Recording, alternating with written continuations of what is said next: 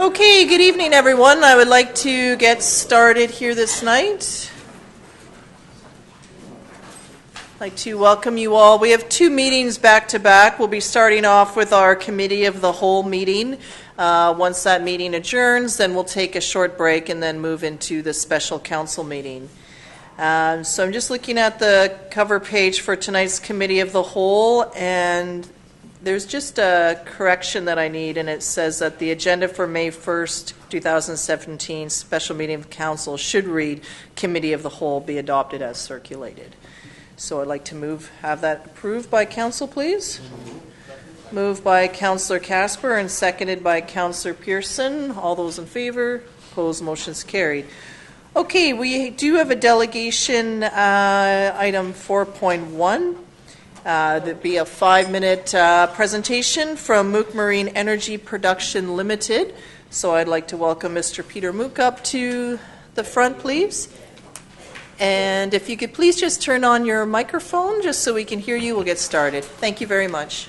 Thank you, Mayor and Council, and all the attending committees. I do wish you greetings from Mouck Marine Energy Productions. I would like to start with going over the actual definitions that take place and being used in the Illuminate the Way Independent Energy Infrastructure Upgrade. The first definition would be that of independent energy, which is a fuelless, emissionless source of continuous renewable energy, which is based off the principles of natural rotary electromagnetics, plasma, zero-point energy, and geometric energy. A reference to that would be pyramid energy and things like that.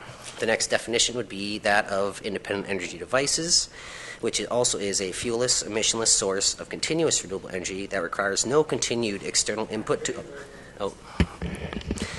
There we go. That is a fuelless, emissionless source of continuous renewable energy that requires no continued external input to operate. These devices are based off of the principles of natural electromagnetics, plasma, zero-point energy, and geometric energy. They're not prone for disruption from external factors and maintenance issues, and are capable of energy production 24/7, 365 days a year.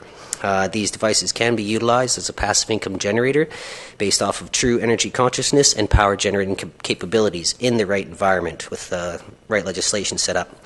The definition of advanced smart energy management system is a military or higher grade of system capable of handling extreme environments, including submersible, temperature resistance range from minus 60 degrees Celsius to 120 degrees Celsius. It's integratable with any existing alternative energy and independent energy sources, including all types of battery formats with multiple programmable modes such as grid tie-off, off-grid, grid interactive, net metering, etc., as well as a secured monitoring, analytical, and management program accessible via internet connection on any device. Now, the last one is the Illuminate the Way Independent Energy Infrastructure Upgrade, which pretty much sets everything in motion. It is a 2-phase instruction manual to establish a no-cost, smooth flow, assembly line-like, seamless integration of independent energy devices and advanced smart energy management systems into the infrastructure, as well as the rules, regulations, policies, and benchmarks that are also set forth in it to do it. And now, additionally, what we're seeking from the last time I was here is the written letter of support for the to start out with the Illuminate the Way Independent Energy Infrastructure Upgrade municipal movement, which will set the standpoint so that it can proceed further into that program. Now, if we need to, I know I already sent you guys the revised copy of the municipal movement, and if we need to go over that again, we can, but initially the letter of support really cements everything. Now, what I'd just like to do is show you here is actually what that letter of support will actually do is create a base value in the billions for the actual copyrights of all these definitions. That's what sets it all in stage. And the one thing that happens is that it creates a protection for us so that it cannot be impeded by even the federal government. It'll all be set forth with those definitions, and it also separates the energies. So you hear the word free energy slammed around a lot. There's always contextual meaning. Is it free space energy, or is it like space, like an actual grammatical space, or is it free dash energy? And now both those have different meanings. Free Dash Energy is creating a system that performs work. That's an automobile, that's us, that's a bicycle. So, you know, and then there's alternative energy, which generally just covers solar, wind, tidal, geothermal, and a few bases into plasma, just like the plasma reactor on the mainland. It's still in its infancy, but it also is an independent energy because it requires fuel. Even though it's hydrogen and in abundance, it still requires fuel.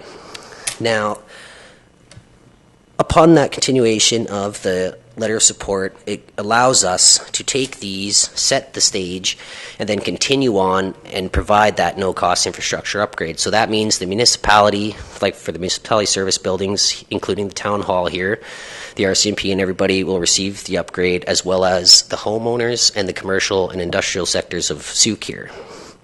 The very basis part of the municipal movement actually bolsters the residential sector by allowing the, upon pushing acquisitioning a change of policy from BC Assessment to do it, it'll create a $30,000 to $60,000 worth of equity, tax-free and exempt, from also tax-free from sale, so that that added equity will not be taxed upon sale of the property, nor will it be taxed even on property tax due to a just compensation because of the massive benefits that these technologies allow. And so the other beneficial thing is that it'll be creating localized electricity generation communities, which initially, in the end, will actually open a free market for electricity where it will not be held in monopolized control, so that the municipalities will actually be their own entity, where they do not have to rely on external sources, especially one as critical as electricity in this day and age. And that will open up a whole new market where the municipalities can actually set the rates within limits of what they would like to sell to BC Hydro, and BC Hydro would go back to doing what they're originally founded for, which was the export of energy. So it'll be a really easy switch for them. So yeah, we're just here again to request the written letter, and we'd like to proceed with business and help out the municipality. And of course, also upon that written letter, it also adds that great momentum that is needed for all the other municipalities to follow suit, as well as the First Nations. I will be doing my rounds with all the tribal chiefs in the region here for the Southern Island, and we'll be talking with them to get additional letters of support showing that they're ready to be involved with this. And we would like to provide Souk the first opportunity with the initiative and help spark the much-needed change by adopting the policies mentioned above in the municipal movement, as it will provide an immediate difference. This isn't a 5-year or 10-year plan. This, upon the letter of support, it'll actually take less than a year for Souk to actually receive its independent energy infrastructure upgrade, which would mean stability to the residential sectors, stability to commercial, but it's always residential first, commercial, industrial, and then the marine aspect of it, which we are already working on now, using advanced technologies in that as well. Also, it'll provide the much-needed ignition of the hearts and minds of the citizens of the municipality. And that's pretty much everything we got today, and we'd just like to go over if there's any questions that you guys might have about the definitions or the municipal movements. Please let me know, as I can answer them all. Okay, thank you, Mr. Mouck. Thank you for your presentation. Any questions or comments from councillors? Councillor Pearson? Yeah. So is these definitions, they're available online, or you're going to be able to send them to us? I already actually have some of them, yeah, but not everything you talked about tonight, right? Well, actually, these definitions are the ones that are present in the Illuminate the Way Independent Energy Infrastructure Upgrade, and they're the basis that we'll be operating on. Okay. So that actually protects everybody. Okay, thank you. Other comments from councillors? Okay, so the delegation is requesting a letter of support for the protection of the definitions? No, that's already protected because of the copyrights. What we're looking for is a letter of support for the Illuminate the Way Independent Energy Infrastructure Upgrade, as well as Mouck Marine Energy Productions Limited. Okay, because I think well, in order to do something like that, like there would have to be a little bit more, I think, contractually to protect the district. I'm thinking of whenever a service provider is, I'm using as an example, Yep. has run or installed a new form of technology and it falls on municipal right-of-way and the like, there has to be sort of a contractual agreement with the municipality that's vetted through the offices. Yes. So I don't know that with what the information we have so far that we could just sign off our infrastructure. Well, it's not necessarily signing off the infrastructure, because what happens with this is that mainly the infrastructure upgrade takes place at the residential level. So that's in the actual home itself. And Okay. because all the infrastructure, like the power lines and everything, they are not really burdened because all those lines are static, so they can go either way. The reason why there's grounds connected to that is because there's not enough demand on the lines to actually make them travel down the lines. That's what the grounds do, is pull that energy using the Earth's magnetic field along the lines to where it's demanded. So what this does is actually changes the flow of electricity, so it actually goes back out instead of coming in. And it starts with the home, so there is actual no major infrastructure changes that take place. It all Okay, happens I might in the have home. phrased that, but I guess I don't understand what's being proposed. I'm sorry. Oh well, it's Nobody has any questions, you see? Councillor Yeah. Casper, excuse me, we're having a meeting and we're trying to listen, so please don't interrupt. Councillor Casper? So I'm just going to throw out a suggestion that perhaps council in turn can have discussions with our staff, and if need be, our solicitor on what's being requested, to make sure that that the district's interest is protected and we're not putting ourselves in a difficult position. So that's what I would so move. So there's a motion by Councillor Casper that's been seconded by Councillor Pearson. Did our staff catch the motion? Your Worship, it would be probably a recommendation to council, since we're in the committee of the whole Yes. structure right now. That's right, a recommendation to council, okay? excellent. And, And, what does that totally entail? Let me just ask. Staff is just going to review and vet the information that you've provided and put Excellent. it into a report for us for further Analysis. analysis and review. Exactly. Perfect. Okay. At a regular council meeting as we're sitting in committee of the whole. Oh, okay. Okay. Perfect. That sounds excellent. Okay, We'll, of course, have more discussions on this as well. I'll come back as many times as needed. okay, so any further comments on the motion by council? All those in favor?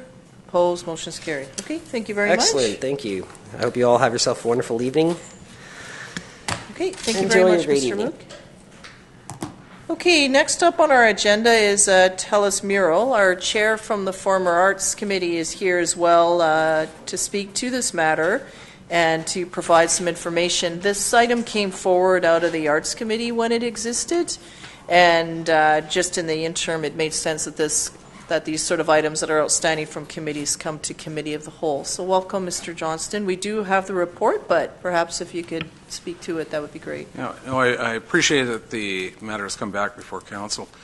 During the Communities in Bloom judges going around last summer, they had commented that they asked what this nondescript white building was on Souk Road between the CIBC and the dental building was, and we told them it really wasn't kind of a public building, it was just Telus. So we were very cognizant that it wasn't looking its best.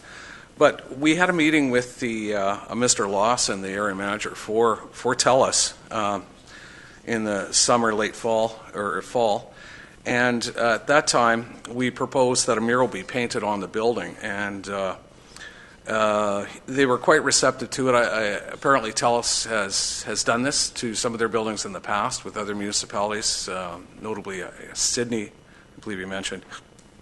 So we had proposed a theme called Art and Adventure, and to feature all the kind of the outdoor activities around Souk, everything from the potholes, the zip line, to fishing and so forth. And they thought that would fit very well with their theme, which is the future is friendly. We had proposed something colorful, youthful, future-oriented, and They were very receptive to that, and the fellow had just asked for a proposal that he could show his bosses, and he said yes, they'd probably be willing to pay for the entire cost of this, but however, as it approached $10,000, then he would need approval from his superiors, and it may take some advance budgeting on their part. So we did prepare the proposal, and we hadn't sent it to the fellow. We had sent it, of course, to the district first for their approval, and drafted a draft letter to Mr. Lawson, suggesting that the proposal and detailing it, the size, the height. We went out and inspected the building. We talked to the chair of the Chemainus Mural Society there about potential costs. We talked to a few artists, mural artists from Victoria about potential costs. And when we inspected the building, it needs a power wash, a little bit of patching, but the surface is good to do it. And we also suggested that they do it in a kind of a trompe-l'oeil effect where the ground merges with the mural. So just as you have river rock and we have seagrasses and so forth downtown, that could be the front yard of the Telus building there, and it would merge into the mural and probably create a pretty neat effect. I don't know if people have been downtown Victoria. There's a place on Langley near Bastion Square where they've got the side of a building and people peeking out. It's that kind of fun kind of approach. So they're very receptive to it. We put together the proposal, the draft letter. What we suggested was they would pay for the full cost of it, which we estimated about $10,000. What the onus on the district would be to host the call for artists and the competition. We had suggested that we narrow it down to 3 to 5 people for them, and they make the final decision. So we thought at the time that would also make potentially a good 150th anniversary project in town here as well. So that's where it sits. It's I guess it's the draft letter there, the one-page proposal that they were seeking is there, and if council wishes, they could move forward with it with Telus. I'm not sure about their budget timing, process now, and especially since the costs are approaching $10,000. I'm not sure if it's too late for this year or not, but it's still worth pursuing. All right, thank you very much for the presentation and for following up with this, Councillor Pearson. Yep, thank you, Mr. Johnson. I would be prepared to make a recommendation that it go to regular council meeting for consideration and moving forward with the proposal. Okay, is there a seconder for that? Seconded by Councillor Berger. Yes, we can have this go through to our staff, it'll go to regular council meeting, and then at that point, if maybe staff at that time could just comment just on what would be needed to actually host. I mean, I think all our part would be is to host the actual competition to get 3, I think is a good number as well. And then I read in here if it's Telus's building, so they could have the final pick on the design. I'm fairly certain that we cannot contribute any cost to the mural, even if it went over, because it's a privately held building. We can only do murals on our own property, would be my understanding. I'm getting nods from staff, but and perhaps, the scope of it could be pared back if it doesn't to be less than 10,000. Yes. Because we had suggested 3 sides, you can scale back the 2 sides that aren't as visible as the front. So there are some cost savings potentially there. So for what you've looked at is the side facing Souk Road, and then yes, and the 2 potentially sides, one on the bank side and one on the dental office side, right. Partially on each side, at the front that's most visible, so it would wrap around. But you could scale back the sides of it as well to save money. Okay. Are there any other further comments or questions from council? I'll call the question then. All those in favor? Opposed? So we'll see this at the upcoming regular council meeting, and thank you very much for your time, Mr. Johnston. Okay, next is item 3, West Coast Road. We have a delegation from Ms. Stephanie Davidson. Thank you very much for coming, and just turn on your microphone. Thank you. Thank you, Mayor, Council. So, my name is Stephanie Davidson. I represent a landowner in Souk here that has 2 parcels of agricultural land reserve land, and he intends to apply to have them excluded from the land reserve, and he's seeking support from mayor and council in order to do this. He's in a pretty unique situation here where he's actually able to, if he's successful in his exclusion of these lands, he's able to apply for an inclusion of over 28 acres out in Kemp Lake, which would add over 12.5 acres of agricultural land to the community, and it is better quality farmland. It's the lands that I speak of that we're going to apply for exclusion are marginal poor quality lands. I recently actually had a site visit with an agrologist that works with the Ministry of Agriculture, and he agreed with one parcel in particular. That's the one that seems to be the most the point of contention here in Souk, which is the one that backs up onto Tominey Road. He agreed that that parcel should be removed from the reserve because what's happened is it has always been marginal land. At one time it may have been salvageable, but because of the development that's happened on Tominey, it's an elevated development and it's causing runoff, and there wasn't proper easements put in, and it is perpetually damaging the soil. And when it comes to agricultural land and going before the Land Commission, which I've done before in the past, and when it comes to judicial review, it all comes down to, is the cost of remediation prohibitive? And it most certainly is on that particular parcel. Now, the other parcel in question is a 10-acre parcel. Over 5 of it is industrial. It always has been industrial. It had a logging company on it. It currently has an automotive shop on it. It is concrete and gravel. The other 5 acres are a hay field. Now, what's happened is that one is hard pan conglomerate, which means that you can't get the proper drainage in. The cost of improving, it's not sustainable. It's perpetually needing to be improved. So you have this 5-acre parcel, and only 2 acres of it is actually producing sellable hay. So both properties are unable to make their gate sales. Both properties have hard pan conglomerate, which means that you can improve all you want. It's just going to keep damaging, and it's going to get worse and worse and worse. So, and they are centrally located. So the landowner that I represent, what he would like to see is he'd like to see support from mayor and council to have these lands removed from the reserve. And in exchange, as I say, or as good faith gesture, he'd like to include over 28 acres in Kemp Lake. And he also is in a position where he can look at a donation of up to 2 acres of land.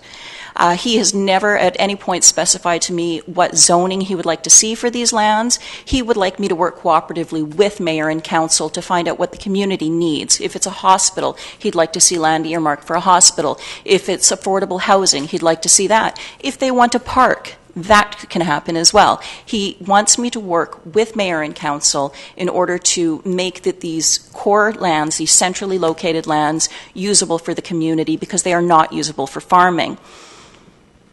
Now, what's happening here is there is a new tax reform that the BC government is trying to put in place that is going to further penalize people that have ALR lands if they cannot make their gate sales, if they're not farming. This land cannot be cultivated. This land cannot have above ground farming on it because it's a swamp.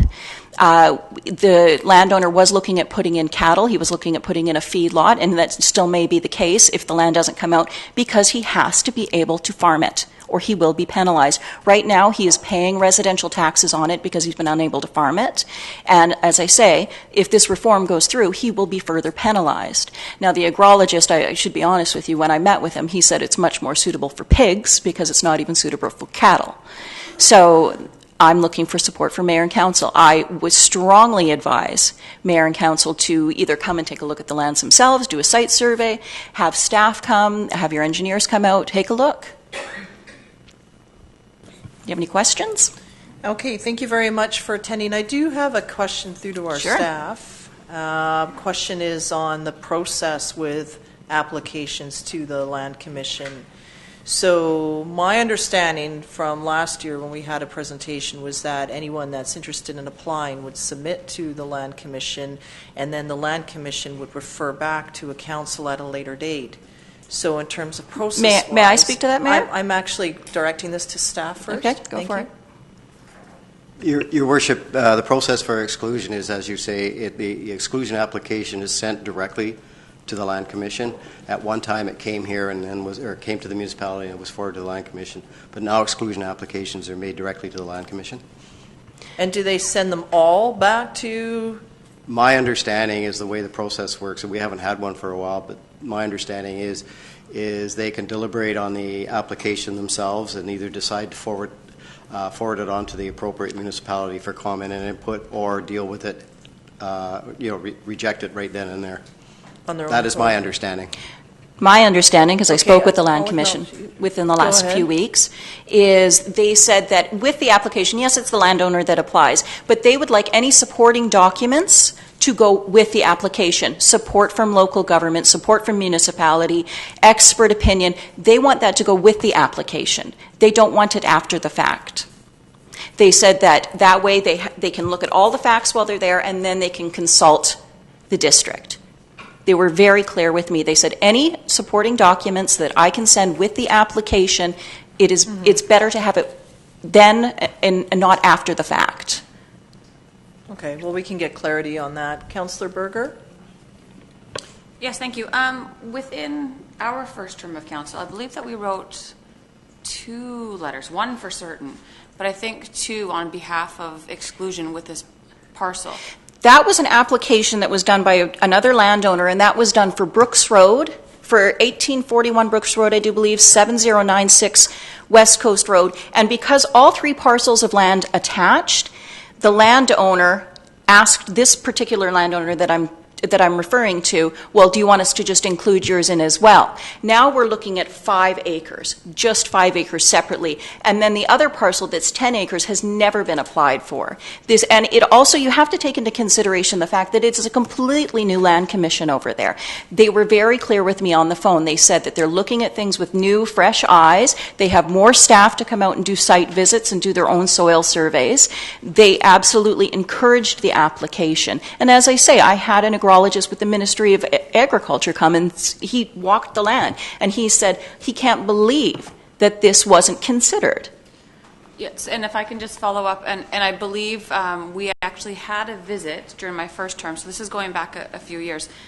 We had a visit from someone that did say exactly what you're saying, that the land wouldn't even be suitable for hay for the most part. Yes, right. So I'm just wondering, because we're sitting as a committee, we can't make any final decisions this evening, but I'm wondering if we can send direction back to staff just to get clarity on what was done previously, because there obviously is a few addresses, but I know that past councils have sent support before. You have to understand the original... Excuse me, can the councillor finish her comment, please? Sorry, I just been saying it would be interesting I would like to see the information that happened before and where that went before and what had happened. I completely understand that there's new landowners and a new commission in place. But for my own knowledge, I just want to see sort of where things went before, and then we can revisit the topic. Okay, are there other comments from members of council? Councillor Casper? Yeah, philosophically, I don't support any exclusions. And there's a number of other smaller properties that have applications in the past before the commission that their lands were probably in more of a marginal or less of an agricultural productivity state that have been flatly rejected by the ALR. One of the problems that we're facing now is that the Land Commission has not signed off on our official community plan. Plan's been in place since 2010. We're in the process of reviewing designations throughout the community plan. So I think this application is premature. And again, philosophically, on large parcels of land, I cannot support exclusions. Just don't. And I have a bias. I don't apologize for it. But I felt that way for probably... Excuse me, the councillor is still speaking. Please don't interrupt me. Okay? I didn't interrupt you. I apologize. I thought you were finished. Thank you very much for the apology. And it's our mayor who conducts this meeting. I come with a bias. I don't apologize for that.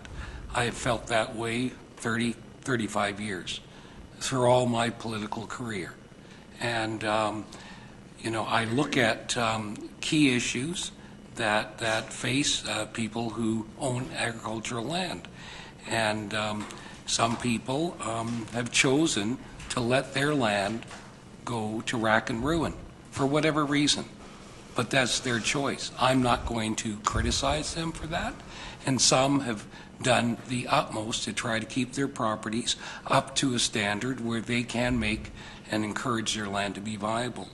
The thing that caught me by surprise, and I felt, in some ways insulted, and I think members of the community felt insulted by this threat of, we're going to turn this property into a feedlot.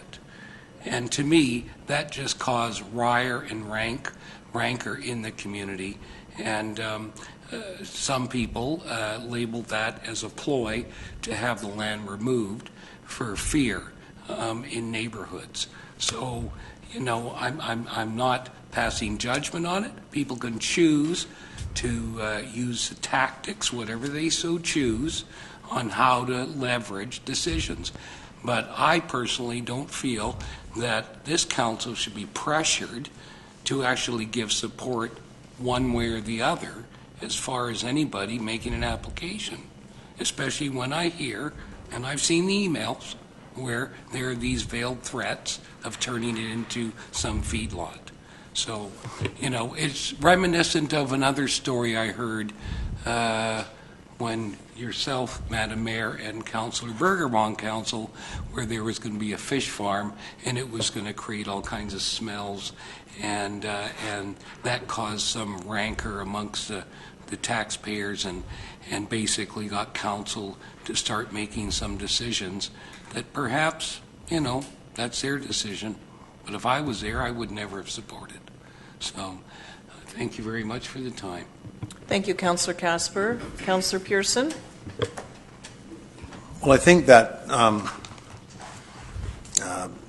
some of the things that are facing us, that are challenges, we have an OCP, and there is some missing pieces to it. Our official agricultural bank, I guess, is missing for us. We have an infrastructure that surrounds that property. The pressure is going to come on us as a community, whether we like it or whether we don't like it. That pressure is going to come on to be looking at all properties within. We have an infrastructure that surrounds the properties and the properties that we're talking about. But not only those properties, there's some big tracts of land that to the west and to the east of this property that will have immense pressure from a development point of view. So I think it's incumbent upon us to make sure that our OCP matches, because we're going to get more applications from more people and more landowners as the pressure comes on us to develop our, what I call almost town core. And it's not our town core, but it's very close in, surrounded by infrastructure. Our sewer, our roads, our network is surrounding these properties. So again, it's a challenge.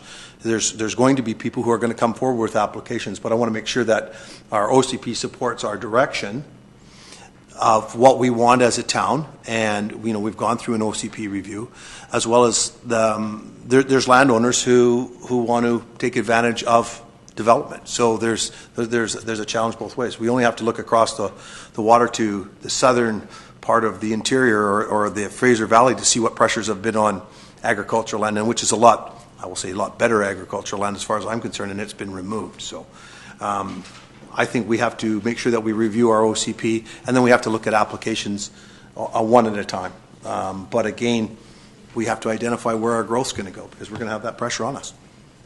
Thank you, Councillor. Councillor Ray? Yes, thank you, Your Worship.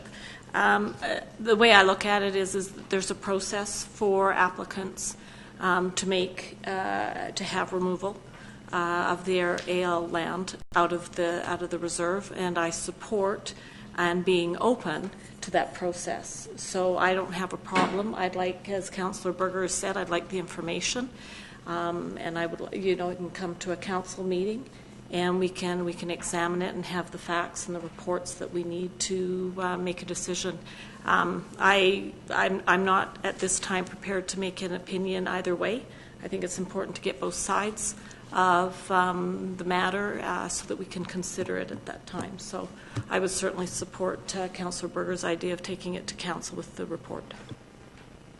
Okay, so Councillor Berger had suggested getting information on previous applications and outcomes on those. Clarity on the process and our expectations, I think, with the new ALC, because I'm just going on what the ALC said in this chambers when they presented to us a year ago. And then I'm hearing something different here, so I think we just need to confirm and clarify that.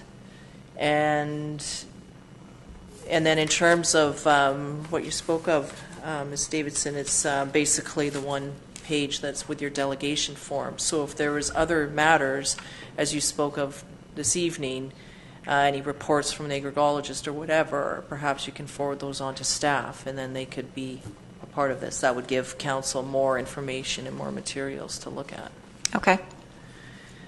So looking for a motion then from... I'll move that recommendation. Okay, so that has been moved by Councillor Casper and seconded by Councillor Pearson.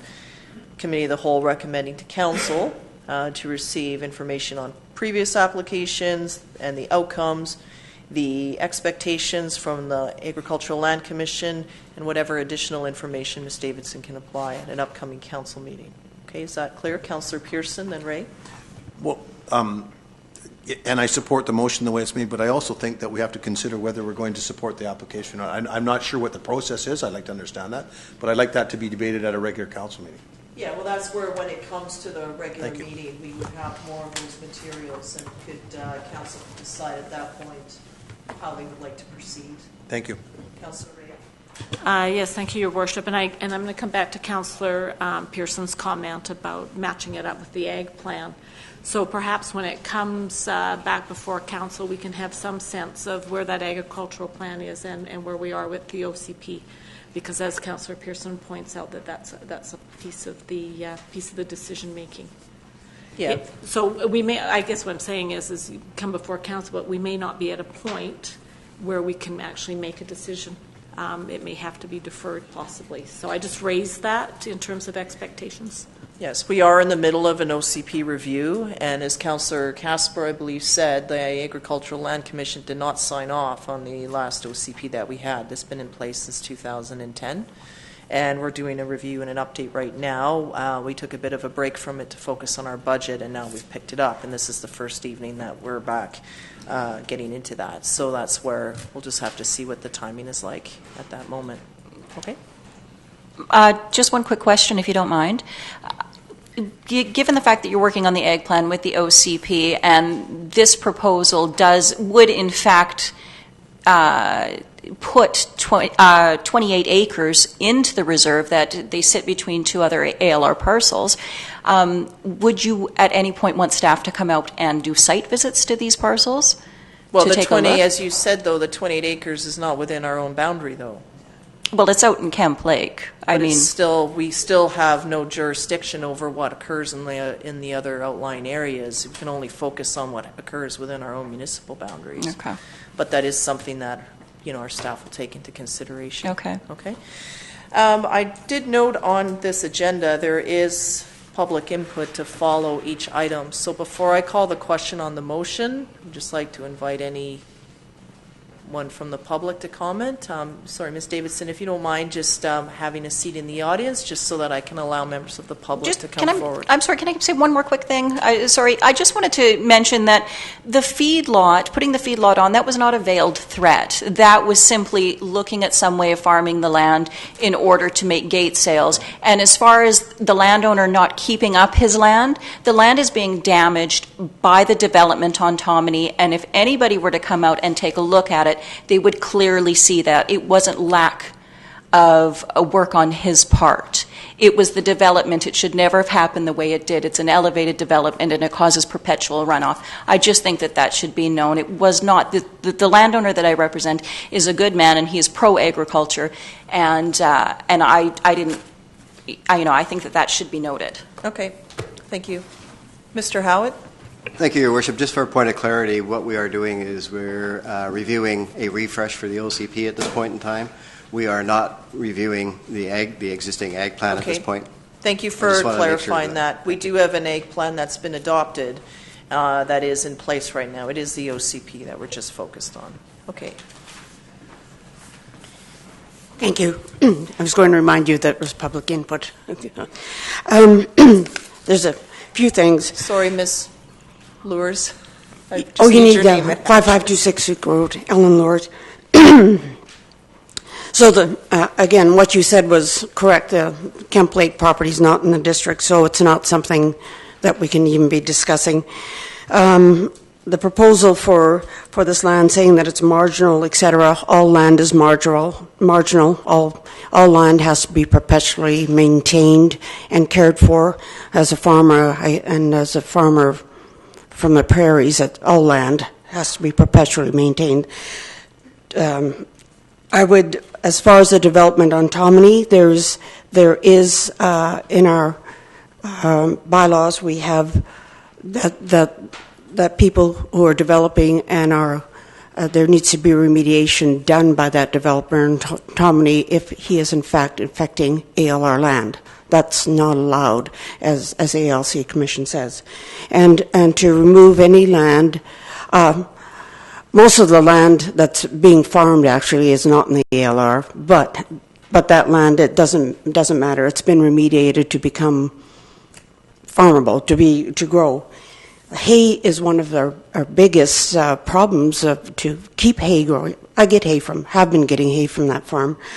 And to get hay is really more and more difficult because the land is being developed and flat land is being developed. It's a real problem because you can't hay on rocks and grow hay on rocks and mountains and things like that. That's where you should develop.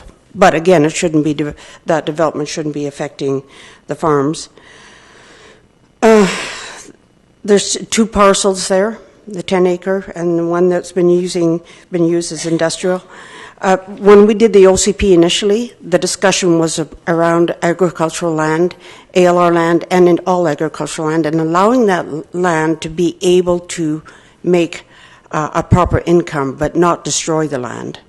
So there's other things. Yes, you could have some 1-acre industrial, for instance, as a temporary permit, I believe, or something like that. You can do different things to try to get a better cash flow because there is no cash flow in farming.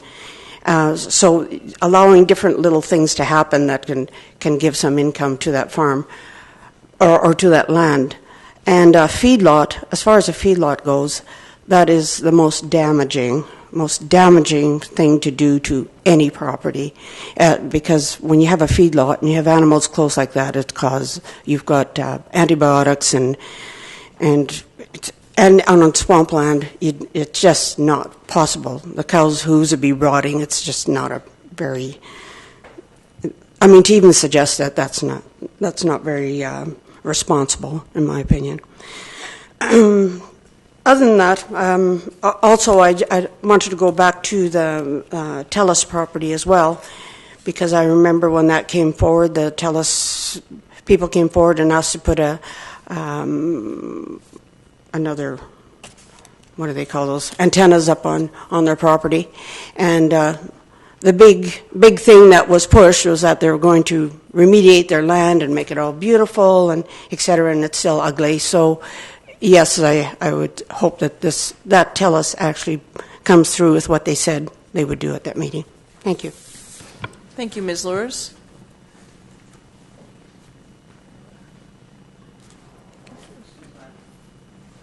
I just see someone coming to the microphone if you want to speak after her.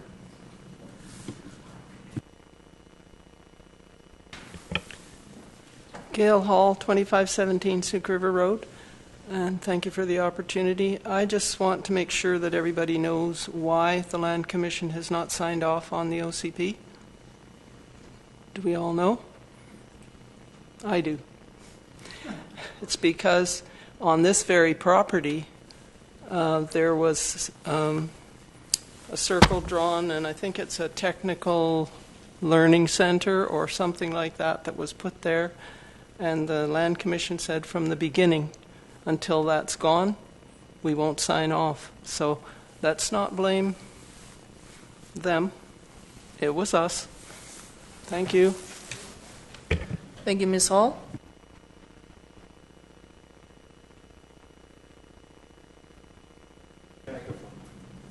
Sorry, if you... I live at 6744 Air Road. I have a question for everybody in the room. And it is, has anybody ever watched a 16-minute video on YouTube called Cowspiracy?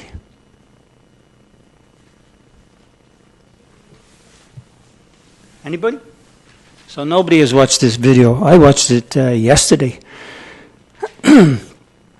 So I really would ask somebody on the council to take the job on of watching that 16-minute video called Cowspiracy. And you'll know why we don't want any more lots and farming. You know what? I won't go into it, but I'm telling you, once somebody on this council watches that video, you'll know something serious is up. Can I comment on something that was said last meeting? No? Okay. Okay, well that's it. Please. Cowspiracy. Thank you, Mr. Dugan. We can look that up. Are there other speakers this evening for any items on tonight's agenda? I'll call again for this public input after when we get to the OCP. If you come on forward, please. There'll be another opportunity on item 5 as well. Sorry, sir. Could you please turn on the microphone? Thank you. Kenneth Scanavan, 6220 Calvert Road. I'm a little concerned about some of the comments that I heard tonight in reference to the removal of a certain piece of property from the agricultural land reserve. Not so much that Councillor Casper was totally against it. Councillor Pearson obviously is totally against it. I don't have a problem with that. What I do have a problem with is, does the Land Commission ever get in touch with yourself or any members of the council and ask about these particular pieces of property? No, as stated earlier, it's only when items actually get referred out. I can't think of a time. So I'll rephrase the question then. Has anybody here on council ever been phoned by a member of the Land Commission and just said, hey, what's going on out there with this piece of property? Nobody? Why is council so afraid to...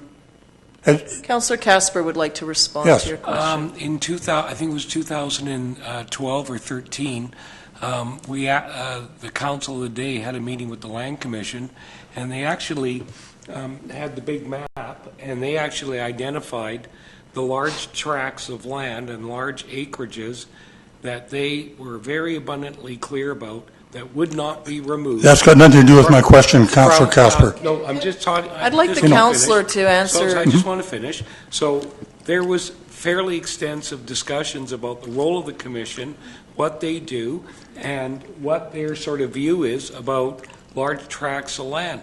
Because they said that the hardest thing that happens in British Columbia is having large tracts of land that are intact to remain within the ALR. They looked and do look favorably on including more land and releasing land, but they talked about pieces of land that are small, isolated parcels that are separated from other and are completely and utterly surrounded by very active uses. You know, we had a huge discussion with them, and it wasn't a public meeting. It was just a meeting with the commission, the island members of the commission of the day. So I think all of us who were elected at that time participated in that meeting. So there have been discussions with I fully understand that, Councillor Casper, and I appreciate your information on it. That had nothing to do with the question that I'm asking. And the question I'm asking is that when a person comes with an application, whether I'm in favor of the application or not, it's here and there. I just don't like the way that I see it being presented. I think that council should have an open mind when a person comes with an application, the same as anybody else, to erect a building in the municipality that would be a little bit different from something else, and to have an open mind at it and say, okay, fine, listen to it, and and say, hey, let's talk about it, because maybe that particular piece of property, I don't know.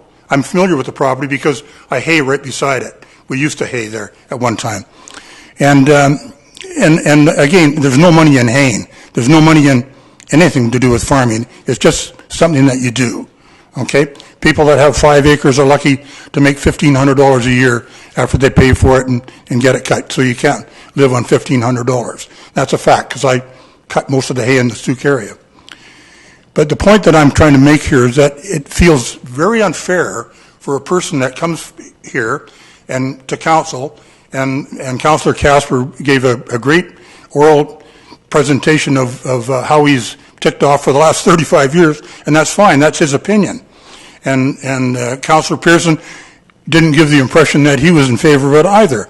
But I think that's the wrong thing to give the people that come forth here, and they're not used to speaking to members of council, and have an open mind and say, okay, good point from Councillor Berger said, let's look at it. Councillor Ray said, let's look at it. And I think that what council's job is to do, is to look at these things and say, okay, it's a request from a member that pays taxes here, and I just think that they get stonewalled when you get that kind of an answer. And that's just my point. Okay, thank you, Mr. Ipps-Canavan. You're welcome. For clarity, council is asking for more information to make an informed decision. I realize that, Madam Mayor, but there was quite a strong statement from Councillor Casper about how he would never endorse anything like that, and because it goes back almost 30 years. And I don't know if that's the right thing to say to a person that's paying taxes and actually keeps this place going. I mean, they're taxpayers. They have the right to get the same thing as the person that comes in and says, oh, I want to erect a sign or do this and that, to be listened to and have a fair look at it. And, you know, maybe council might want to change in the future. It might want to change and say, hey, maybe we should, 35 years ago, as Councillor Casper said, or 30 years ago, maybe now is the time to look at it a little bit different and say, hey, we're going to have a look at it as a member of council that's responsible to the taxpayers of the community, and say, maybe it's time that we did look at it. Yep, that's my point. And I think that's the direction, that's sort of what I'm hearing council wants to go with. Councillor Casper is a wealth of experience, which we appreciate, and he's... And no one said he wasn't. I know, he's sharing his opinion, which we all listen to. That's fine. I appreciate the time. Thank you. Yes, thank you. Okay. Councillor Pearson, did you want to... No, I just wanted to respond. I'm going to articulate, I'm going to practice my articulation, because that was the exact opposite interpretation of what I was trying to put across there. So, anyways, I'll practice my articulation. Sorry that took that. Sorry that you took that interpretation. Sorry. Okay. Are there any other members of the public that would like to comment on this? We do have a motion on the floor, and we'll be expecting further conversations on this matter at an upcoming council meeting. At this point, it will go from committee of the whole to council. Is there anything further from members of council? Okay, seeing none, I'll call a question on the motion then. All those in favor? Opposed? Motion's carried. Okay, thank you. Just going to clear the mic. Just shutting off all the microphones.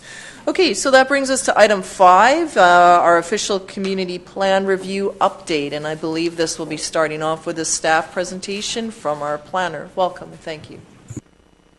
Thank you, Your Worship.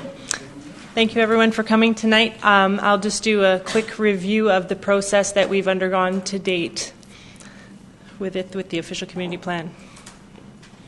Am I going the right direction? Okay. The official community plan is the district's most important planning tool. It helps to influence the way our community grows and develops by guiding how our land is used. Land use and development decisions influence all parts of our daily lives and how our community looks and feels, as well as where we live, work, and play. The OCP must satisfy requirements of provincial legislation and be consistent with the Capital Regional District's regional growth strategy. So back last spring and summer, we began a consultation or engagement process where this is sort of the skeleton of it all.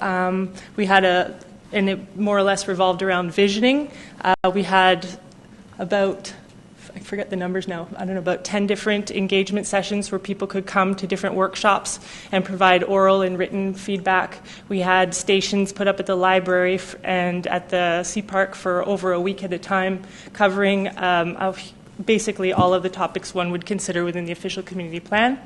I did a summary report of some of the visioning right before Christmas, which is available online, and we're going to get into that today. And so as of today, we haven't created a draft plan, but we're about where the star is, pulling together feedback from or ideas from council as to things they think we need to improve with this next version, and combining that with the feedback that I've already received from the community, which includes over 6,000 comments to date. So there's a fair bit there to consider. So the engagement highlights, just to review for those that are new today, included the top 3 reasons that people have chosen to live in Souk include being close to nature in the outdoors, they love the great people in the community, and the affordability. Top 3 goals for the residents. I did a survey that, and there were several opportunities to provide on this, but from some ground-based information, a survey evolved and a number of issues were brought forward and people had to rank them. And so some of the key things that came out of that as far as goals were improving pedestrian connectivity, securing public access to our views and our waterfront and nature, and planning and designing with the environment in mind as 3 key goals for moving forward. There's a draft vision that came out. It's not carved in stone, but it's just sort of trying to be a little more prescriptive than the very long one that exists in the OCP right now. I'm trying to just get to the point. And people love Souk. They want to protect the environment, celebrate the community, and build the economy.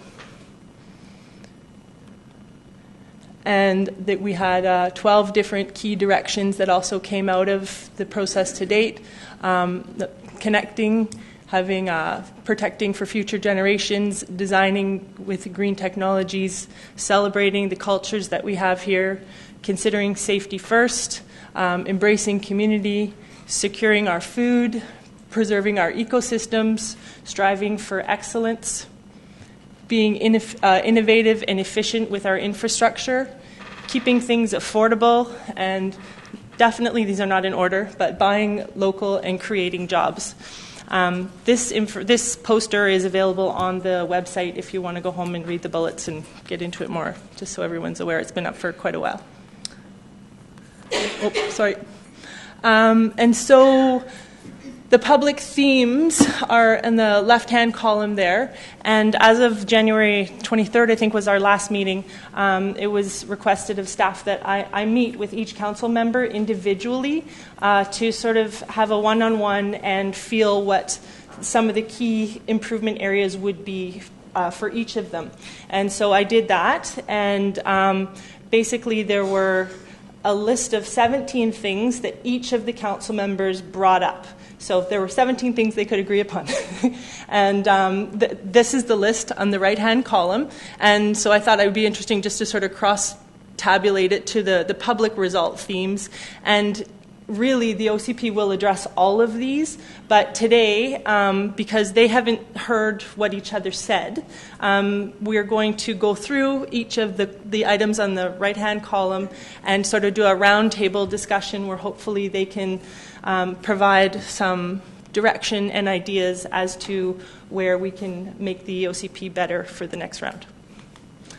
So today, our roundtable discussion issues are here, and they include partnerships, asset management, a central gathering place, industrial lands, a neighborhood lens, land use designations, walkability/mobility or circulation, town center design, housing form, efficient infrastructure, leadership from the OCP, town center economic vibrancy, sewer infill versus expansion, structure of the OCP itself, economic development and tourism, strategic land acquisitions, and planning tools.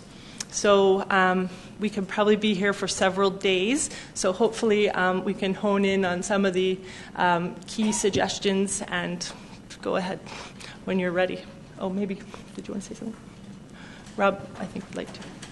Mr. Howitt had something to add? Thank you, Your Worship. I just wanted to pick up on what Danica said, just to bring some clarification for the public engagement that has taken place, or the public engagement that she put on, is not part of the open public process that we need to go through still, say for the community center, and have that integral public input. Where these impromptu or engagements were not intended to replace those. And the purpose of us coming here tonight is to walk through the 17 items, hopefully quickly, and then ask council for direction, because what we propose to do is from these, just get some clarity from you, pick the ones that you really want to focus in, and then we'll go away and do some land use designations and come back for further direction after that. And from that direction, we will undertake public engagement, the pure public engagement, and also involve our referral agencies as required by law. So I just wanted to clarify those things. Okay. Councillor Ray? I'm not sure the process for this part. I'm just a question of point of order. Given what sounds like a very lengthy discussion this evening, are we able to adjourn the recess the Committee of the Whole to go into the regular council meeting? The reason I ask is we have one item on our council agenda that I noticed there are people here tonight to resolve that. To have them sit here for a couple of hours, I'm just wondering if it's possible. I don't see why not. Yeah, we could do that, but the only issue with that is we'll not be able to stop the video and go into special and have a separate recording for it. It'll all be amalgamated into one video then, and that's the best that we can do.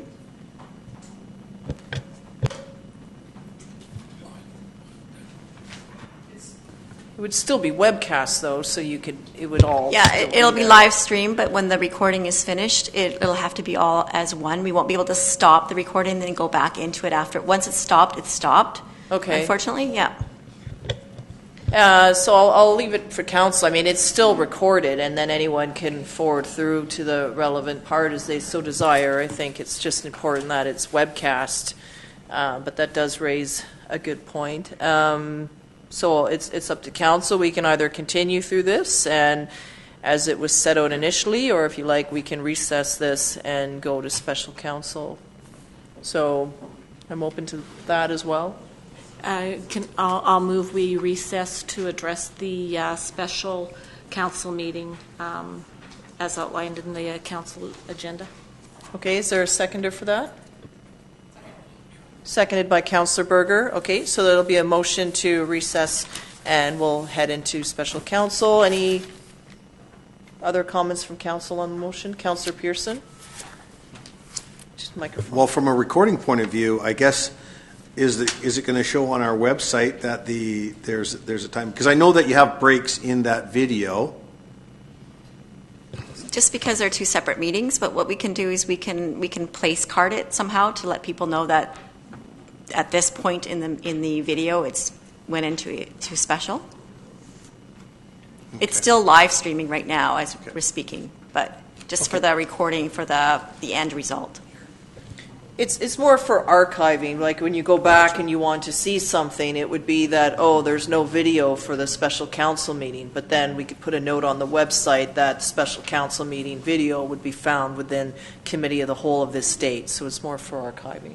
Councillor, but it is being recorded. And that the minutes will reflect that the other meeting was adjourned, and the minutes will start now. Well, there would be two different sets of minutes. Okay. We would see the Committee of the Whole, and then the time that we would recess, and then the time that we would reconvene, and then the special council meeting would have its own minutes.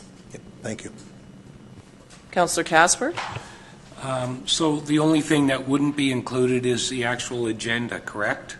Yeah, you're absolutely correct, Councillor Casper. There would be no way to be able to... So my suggestion is, as long as staff and everybody is as abundantly clear and give the widest description of what we're talking about, that would be beneficial, I'm sure. Okay, I'll call the question then on recessing. All those in favor? Opposed? Motion is carried. Just need a few minutes, I think, to switch meeting technology.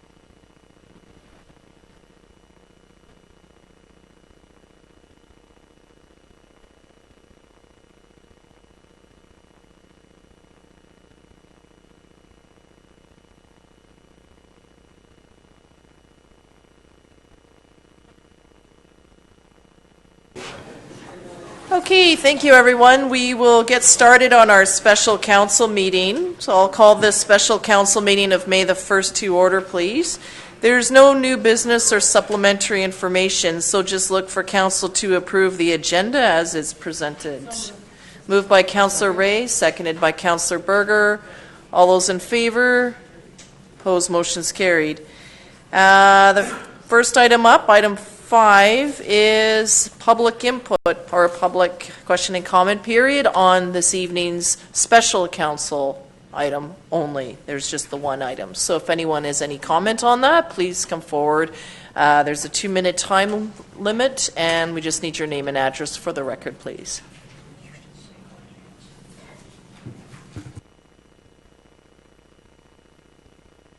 Okay, and for the sake of the video, it's 6.1, the turf field project.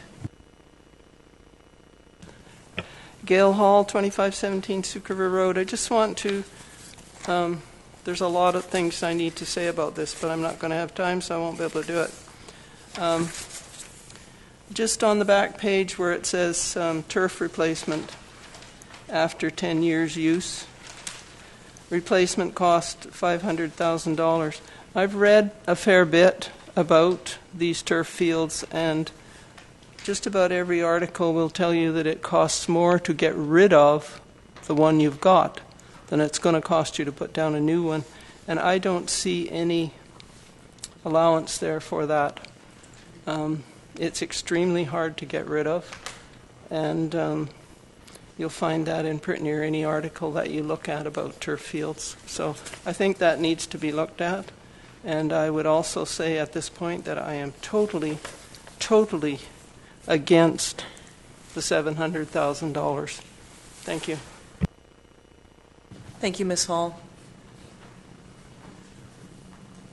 Are there any other comments or questions from members of the public on item 6.1, the turf field project?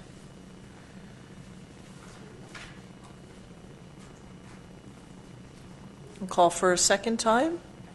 Turf field project 6.1 for the special council meeting of May 1st.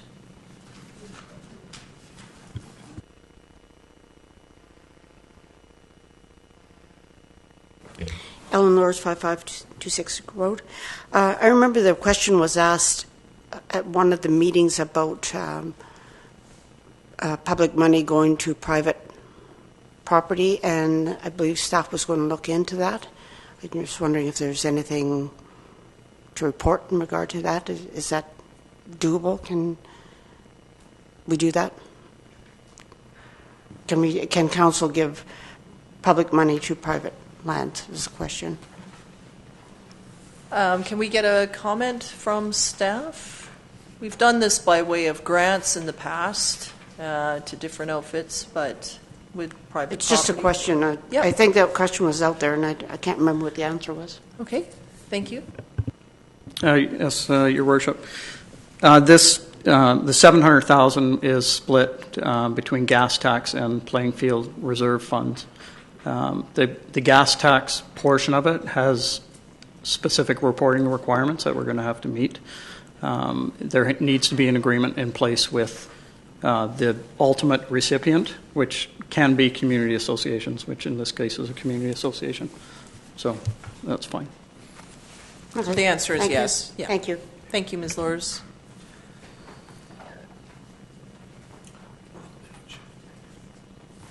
We're still in public input. Are there any other comments from members of the public? Okay.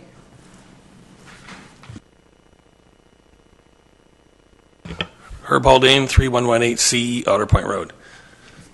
Keep in mind, stuff's going to keep coming up from time to time about this private land issue. Community association was started back in the 30s for a reason, because we needed local people to get involved in trying to create lands and community halls and so on and so forth for the community. So they have membership fee process. They have inclusion with everybody who plays sports and gets involved in, at that time was all suit days and even what Ellen does, with the gardening and everything else. So the community itself puts money in, creates this society, creates this system in place. They buy a bunch of lands, and then they take care of it by volunteering and so on. We can look at it like it's a private land issue, as if there's some developer going to take over these lands, but that's never going to be the case. It's set up so that's impossible for it to ever happen. And one day in the future, I don't know when that'll be, but I'm assuming one day in the future when people stop volunteering for this organization, the district will probably own these lands, and they'll be given over for $1 and so on and so forth, and they'll belong to the municipality. But until these people stop doing this volunteering, I don't think that'll happen. But that will happen one day, because more and more people are getting busier and so on. So we need to keep looking at it like for what it is. It's a community organization. So that's all I have to say. Thank you, Mr. Haldane. Go ahead. Okay, so I'll call for a final time if there's any members of the public that would like to comment on 6.1, the turf field project. Okay, seeing none, we'll move into that particular item. Council, you see there is a recommendation as well as a report provided by our staff. Questions from members of council or staff? Would you like to introduce the report, or is it just as presented? Yes, Your Worship, I can give a brief overview. We did just report to council on April 10th.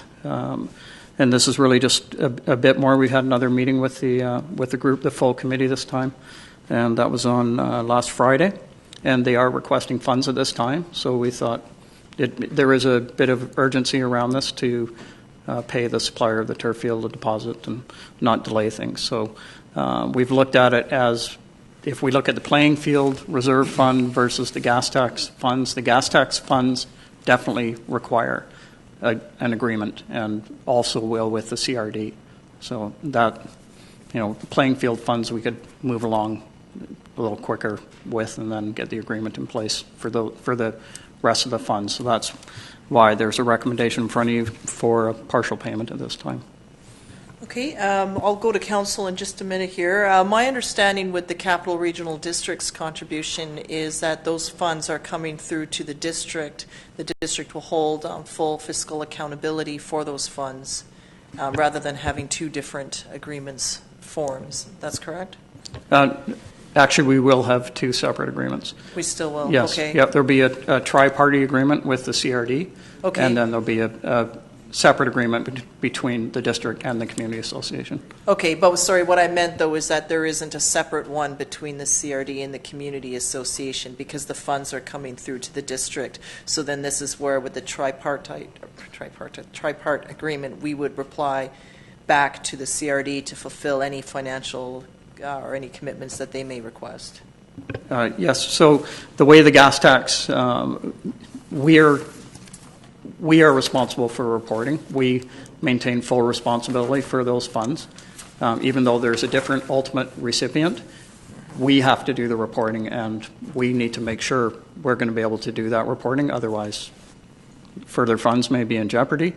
Same goes for the CRD. So the CRD may ask us to administer their portion for them, but they still need to do the reporting just as we do.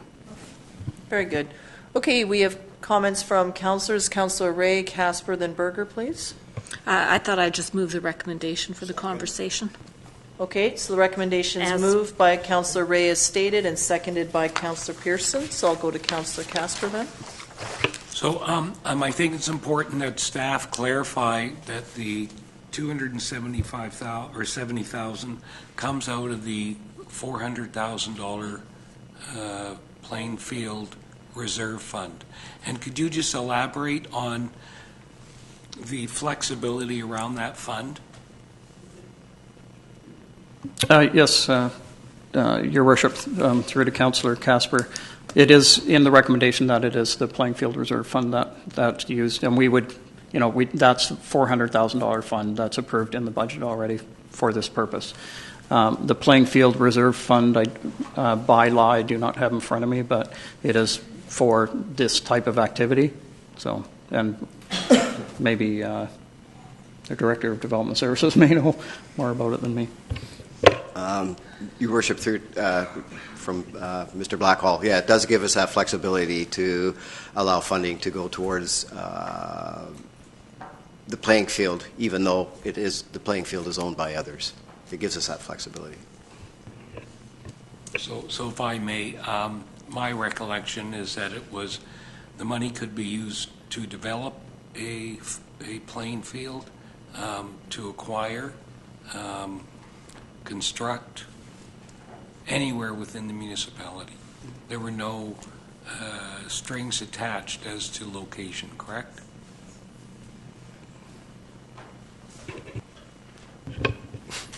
Yeah, through Your Worship to Councillor Casper, that's correct. Yeah. Okay. Councillor Berger, please. Yes, thank you. And just to follow up with Councillor Casper's comment, I loaded up bylaw 608 in front of me, and it says everything that our staff has said as far as the funds were put into that account. It can be used for construction, new playing fields, land acquisition for playing fields, or upgrading the existing playing fields within the district. So I also just wanted to add that I attended a meeting with Mr. Blackhall and the Community Association members on Friday morning, and I was thoroughly impressed with the amount of work that they've put into this. There was a rather large team there of probably 10 to 15 people that all had, a really high stake on what was going on, and I think the professionalism that they're showing with developing this land is outstanding. So I wholeheartedly support the motion. Okay, anything further from council on this item? It will go to the next regular council meeting. Actually, no, it won't. We're in special council, so this is it. This is your final time to comment on this. The agreement, though, will come at an upcoming meeting. This just has to go for funding purposes. So I'll call the question then. All those in favor? Opposed? Motion's carried. There's no new business, so no notice of motion, so I'll just call for a motion to, actually, it looks like there is a rise and report item from April 24th in-camera meeting, and that is that council appoint Brent Blackhall, Chief Financial Officer, as Acting Chief Administrative Officer in the interim absence of Teresa Sullivan, Chief Administrative Officer. So that's a rise and report item. I'll just call for a motion to adjourn, please. Moved by Councillor Ray and seconded by Councillor Berger. All those in favor? Opposed? Motion is carried. We'll just take a very brief recess and then go back to our outstanding committee of the whole item, please. Thank you.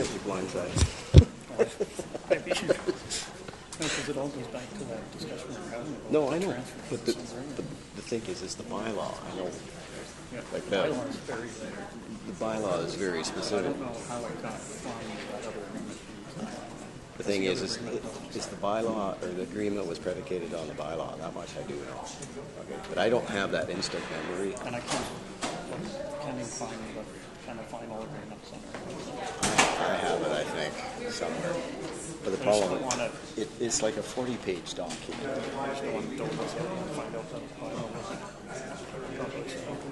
Yeah, but the trouble, or the thing is if the bylaw is not correct, it's not your problem, it's not my problem.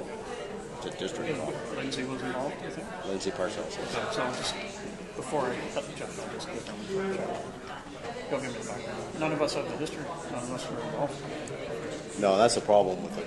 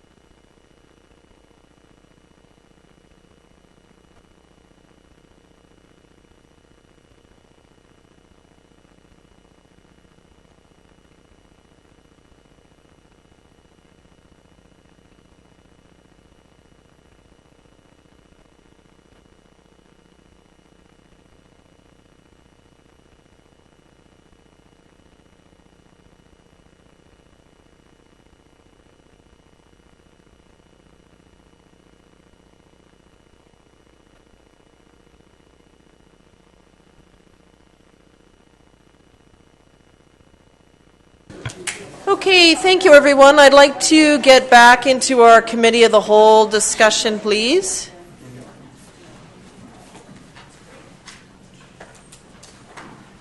Okay, if we could just have the slide up, please. Actually, the one that I'm looking for was where there were the 17 items, and then there were, or actually, if you could go back just one.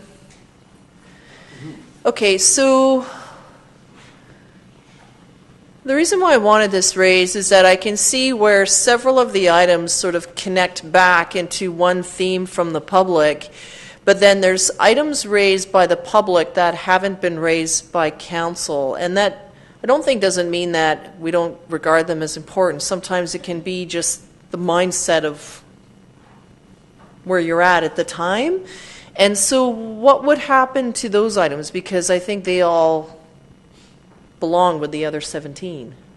But I think you want to make the list smaller, and now let's make it all bigger, but because those are all very important items. I think, is it okay if I answer? Yeah, go ahead, Your Worship? please. Thank you. My response to that would be that all of those items belong in the OCP, even though they weren't touched on in our individual meetings necessarily. They were touched on, they may have been touched on, but not by the majority of people at that particular time. And so by no means are, just because they're not there, that they shouldn't be addressed. I agree entirely. So they will be. I do have a lot of information already from the public on them, Okay. so there's no shortage. And at some point, definitely your feedback will be required for the details of the policies attached to those. Okay. So in terms of tonight and having a round table, this is a bit of a rigid environment to have that kind of a conversation. But what sort of outcomes were you looking for from us? I guess I'm just trying to think of what is it that you're needing from us with these 17 items? Well, I think we're looking for some of the key policy directions that are important to you, because I do have a number that have come from the public engagement process, and I think ultimately the trying to be as simple as possible, the revised plan will be bringing those together and trying to accomplish as much as we can. Sorry, everyone over there. So there'll be. It's going to have to hopefully be a very broad document that is specific at the same time. So I hope that I'm doing my best to just make sure that we cross-tabulate everything from the public. A lot of the information that's in the existing plan is still very valid, so we would use that. Looking at some of the external documents that other internal documents that we have, as well as references and the referral information that comes in from other agencies. So there'll be a lot to go in there, and just because we haven't had the opportunity to work with council uniquely, this is what this process right now is about, just to sort of have their input as elected representatives, and on the process from that perspective. Okay, so maybe does council want to stay on this slide or go to the next slide? We'll go to the next one, please. Okay. All right. Okay, so we have a comment on the last one. So Councillor Ray then, and then Casper, you had some comments? Okay. Thank you, Your Worship. Just in the last slide, there was a public comment on safety and ecosystems, and I believe that those would actually fall within the council's recommendations. Thank you. Safety can go in any number of those in terms of even land use designations, the same with ecosystems. So I think really there is a pretty close, other than really the food one, and I'm sure you could fit it in there somewhere. So I'm not overly worried about missing any. They're there. Okay, Councillor Casper.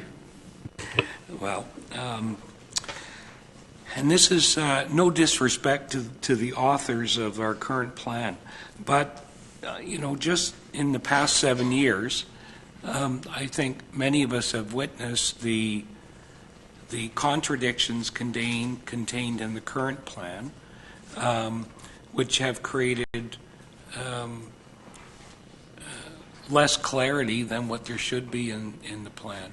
I took the liberty of actually writing our planner because I felt that my views should in fact be in writing so that there's no ifs, ands, or abouts or doubts about what I have to say in regard to the document.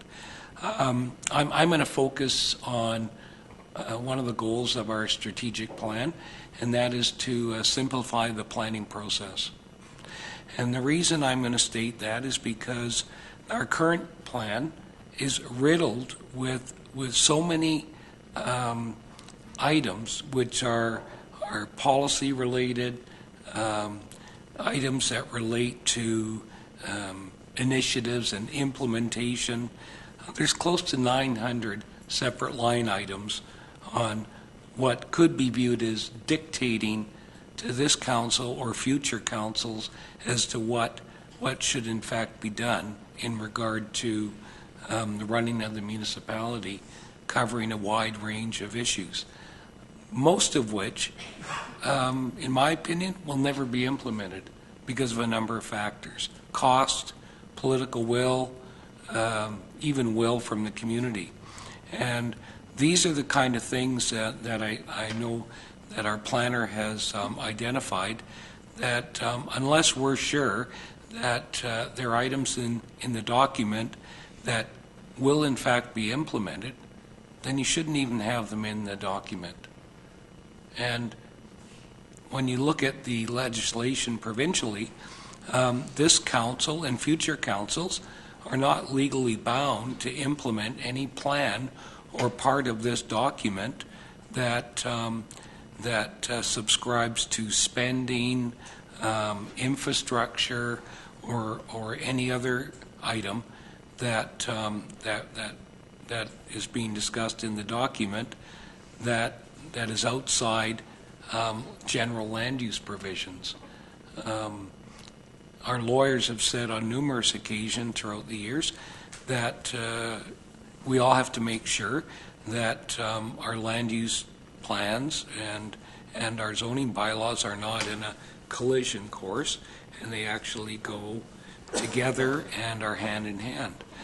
And I'm of the view that if we're going to go down this path in making changes, that we keep in mind how we can make the document simpler, more user-friendly as far as reading and understanding, so that we don't get actually 2 or 3 separate answers to a question that may be raised, because there could be 3 separate answers on the same subject in the document. And it all depends which direction you want to go. Well, let's pull this answer out.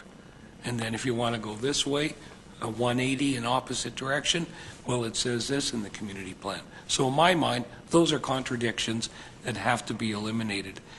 The other thing that I think has to be stressed is how we can deal with the huge conflicts that have arisen. And I'm not going to mention what we talked about earlier on in the meeting, but it's the collision with the Agricultural Land Commission in regard to the ALR land designations for this technical industrial, which was adamantly opposed by the Land Commission. I think they were absolutely flabbergasted by the fact that the council of the day passed a bylaw that didn't have their blessing or approval, because it should never have been in that designation, should never have been there in the first place. The other thing that I see that is problematic is our erosion of industrial lands, in particular in the Kaltass and Idlemore area, by this sort of star circle designation of residential type development there. And I think any person, who understands the whole issue of land remediation on industrial land sites could clearly see that there's really little or no financial incentive for that to happen.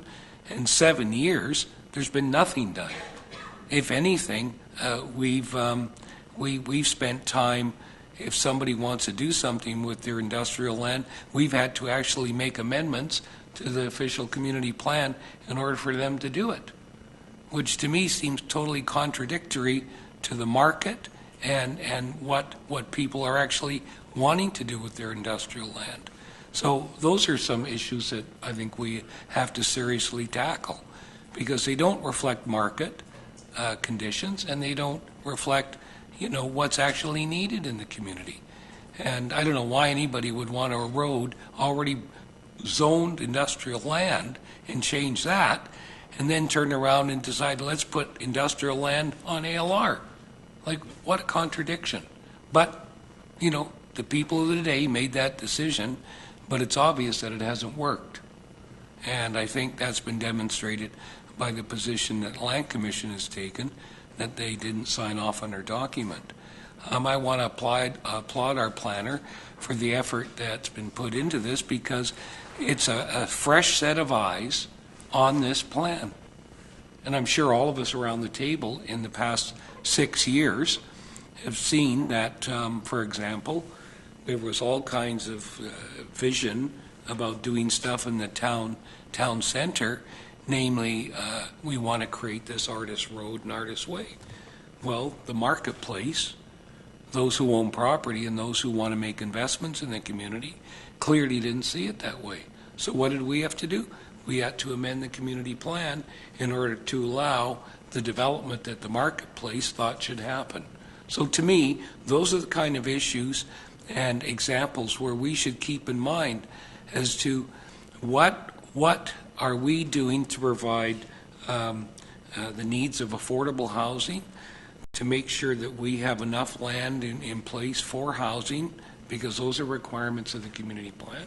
We're also obligated to take steps and measures to reduce our carbon footprint and greenhouse gas emissions, those types of things. You know, I think we can all agree to do that, but I also think that we should do it in a way where we're not making exorbitant claims and suggestions that are going to cost the taxpayers locally a fortune. You know, and I know that's a tough nut to crack, but really, you know, we're at a point now where we've managed to reduce almost 100 pages, right? And I, you know, do applaud our planner for going through that exercise. We've made the current draft 100 pages smaller, and I don't think it's really changed the principles that are inherent in the plan. But there's still more work, in my opinion, to be done to make it even simpler. You can still have good, solid principles and vision in the community, but you don't have to have a lot of verbiage to make that happen. So, thank you for the time. Thank you, Councillor Casper. Councillor Pearson. First of all, I'd like to thank Ms. Rice for her hard work and dedication in putting this to this point, because you know, when I look at the draft key principles from the public and the council, it's actually very nice to see that they are very similar in themes. The big one for me is leadership from the OCP. We had a recommendation somewhere along the line. It was a 5-page letter from our solicitor recommending that what we take out of our OCP, and as long as we're still keeping that alive and well, to get rid of those collisions that Councillor Casper's talked about, and I won't go there too much, but leadership from the OCP. And it means that, for me, is this old document here has lots of leadership, but has leadership for anybody that wants to choose their position. So for me, is the clarity that comes out of our OCP is critical, so that somebody who's for a project or against it could look at it and make an informed decision, not using it either side. And that's what we've seen, and Councillor Casper touched on that just a minute ago. So critical for me, item number 1 should be leadership from the OCP and in our guiding document, and that the members of the public can see why and where we're going a certain direction, and why and where they want to go that direction. So it's a two-part thing. The other part is that I think leadership for me is the leadership on the public side should almost have a link to, and I don't know if it does, to planning tools. And I'm not sure what you meant by planning tools, but for me is the streamlining of the processes from the public side of things. So that's and you know that was one of my, I'll say that was one of my hot buttons. Councillor Casper put his in writing, and I said him a lot. So the piece of planning, so that the public has confidence that the planning process is streamlined, that there's a finite amount of time that's associated with any process, given that the conditions are met, and that the document from the other side, the leadership piece, matches that with zoning, so that people can look at the OCP and have a reasonable expectation of of where the community wants to go in from a development point of view. So those are the critical for me. Sewer infill versus expansion. Always a very, very big hot button for me is that, we have lots of available land in our sewer area that the sewer is surrounding. So, that should be a very big priority for us before we start, borrowing money to go down into areas where there is no sewer. Given that, our last reports have always showed us that we're making great steps towards cleaning up the ocean. It could always get better. But again, I think if you're going to use development, use the tools that are available to you. The structure of the OCP, which is the fourth most important piece for me, is that it shows you in black and white where we're going, right? So that I could pick it up and go, okay, well, no, that application is contrary. I don't think we should be amending our OCP at every single application. I think it should be a guiding document that gives us that notion, because currently it's so ambiguous, and I think Councillor Casper touched on it extremely well. I could pick it up and then, so what's council's of the day's pleasure and staff? Okay, well, this is going to require an amendment to the OCP. That just becomes another thing that you do. Well, that's really counterintuitive to what an OCP should be. Oh, so we just have to get an amendment to the OCP. That, to me, is the wrong thing to say. Because that's, and I've heard it now for, I think, 5 years in a row. Oh, this is going to require an OCP amendment. So it's just another thing, another tick box. Well, that shouldn't be part of the planning process. It's contrary to the OCP, and it should come back to a public hearing. That should be very, very clear in the structure of that OCP. So, again, those are the highlights for me. Obviously, the public design, connectivity, all of that. I think walkability, mobility, I think that has to be incorporated into any applications that are in our downtown. Again, those are the highlights for me. So really, I hope I've kind of given you some more things to think about, and hopefully those themes come through. I wanted to capitalize on what Councillor Casper said. Shorter, but similar themes. Thank you. Okay. Councillor Berger, please. Yes, thank you. I actually had quite a long meeting with Ms. Rice, and it was really refreshing to see the energy that she has put into this document and the passion that she had going forward. So I really appreciate all the work that you've done. And just to give other councillors sort of a recap of the discussion that Ms. Rice and I had, similar to what fellow councillors have already said, for me, our current OCP, it's projected to go 50 years. And for me, that's too long. There's too many action items. Too many policies. Unfortunately, our current OCP, in my view, we're over-promising and under-delivering. Because if we're looking that big of scale, how are we ever going to get anywhere? And as other councillors have said, we've already had to do amendments and adjustments. I think currently we've got restrictive zones. I think that they're hindering Souk's development. I think that in some cases we're even hindering Souk's economic prosperity within some of our zones. So for me going forward, I would love to see it simplified. I'd love to see a more clear vision. On the next page, number 6 and number 5 are big with me, and that has to do with the development of our community and neighborhood lens. Ms. Rice and I spoke a lot about the word neighborhood lens. And for me, my hope for the OCP would be to create a document that gives a more clear, attainable vision of what our neighborhoods would look like. For example, what zones would be appropriate in what areas. Creating development permit areas, which would help streamline our building process. If we had an idea of what we saw the Broomhill subdivision looking like, and if we could create a walkable area within there with maybe some small commercial, so vibrant, neighborhoods are more vibrant, and there's somewhere for people to get out of the house and walk to. Almost like, I always want to use the term square. In different places I've lived throughout the States, I'll go back to Boston when I lived in Massachusetts. Almost all of the towns there, whether they're large or small, they all had a square. So you would, say the town name and you go to that square, but really it's just maybe a neighborhood pub, maybe a convenience store, a small place where you can just grab milk rather than going to the main grocery store, somewhere where neighborhoods are more vibrant and people can walk to get what they need. And you really feel inclusive to that neighborhood rather than everyone depending on their car to go to the big store to pick up what they need. So that's sort of the neighborhood lens part that we talked about and what each neighborhood could look like and how everyone could be more attached to their neighbors rather than so car dependent to get downtown. The land use designations were pretty big for me too. I think what we're doing right now is we're hindering our growth by nobody knows what our clear vision is. Because we have a document that's projected 50 years, if any developer, big or small, comes to Souk, they have to come into the district office to say, okay, what do you think about this in this neighborhood? Our document doesn't lay out, here's our vision for Broomhill, here's our vision for the Sun River area, here's our vision for the Sissynos area. We don't really have a clear vision because it's so far-reaching.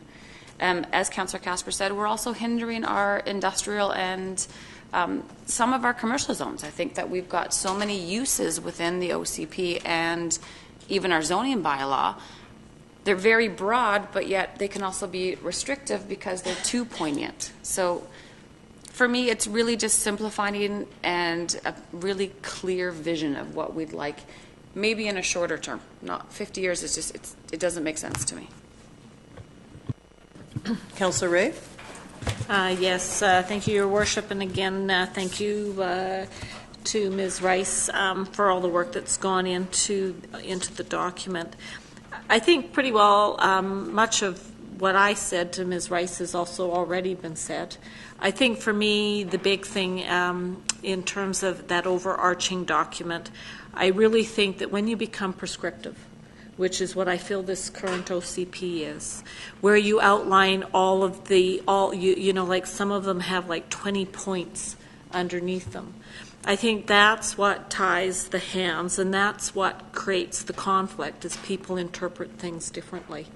And so for myself, as Councillor Casper said, I think that we don't want to get into the weeds. What we want to do is to have general guidelines so that future council's hands aren't tied. But the big thing for me in terms of vision is the way the South Island is growing and what is happening in Souk is we're moving, I think, more from a bedroom community to a very solid community. And when you do that, you've got to start planning and making sure that you can provide the commercial and the industrial lands. And I was having a conversation a couple of years ago about the current OCP when we were talking about the waste management transfer opportunities. And the person said to me, oh, well, we'll worry about those later. And that wasn't staff, by the way. No, we can't worry about that stuff later. Those are the things, we may not need it today. Well, actually, we do need that today. But, you know, when you look to bigger communities, what are some of the key pieces that to plan for in the future as the area develops? Because there is a feeling of not in my backyard. And there's going to be some tough decisions that are going to have to be done when it comes to providing the necessary industrial lands and commercial lands for the community to grow economically. And I think it's important that we do grow economically because that is what will enable people to live, work, and play in our community. So for me, I think, as it's already been mentioned, I think one of the challenges we are going to have is around the agricultural land reserve and what is designated right within the middle of our community as it is now developing and growing. And how does that play a role in the future?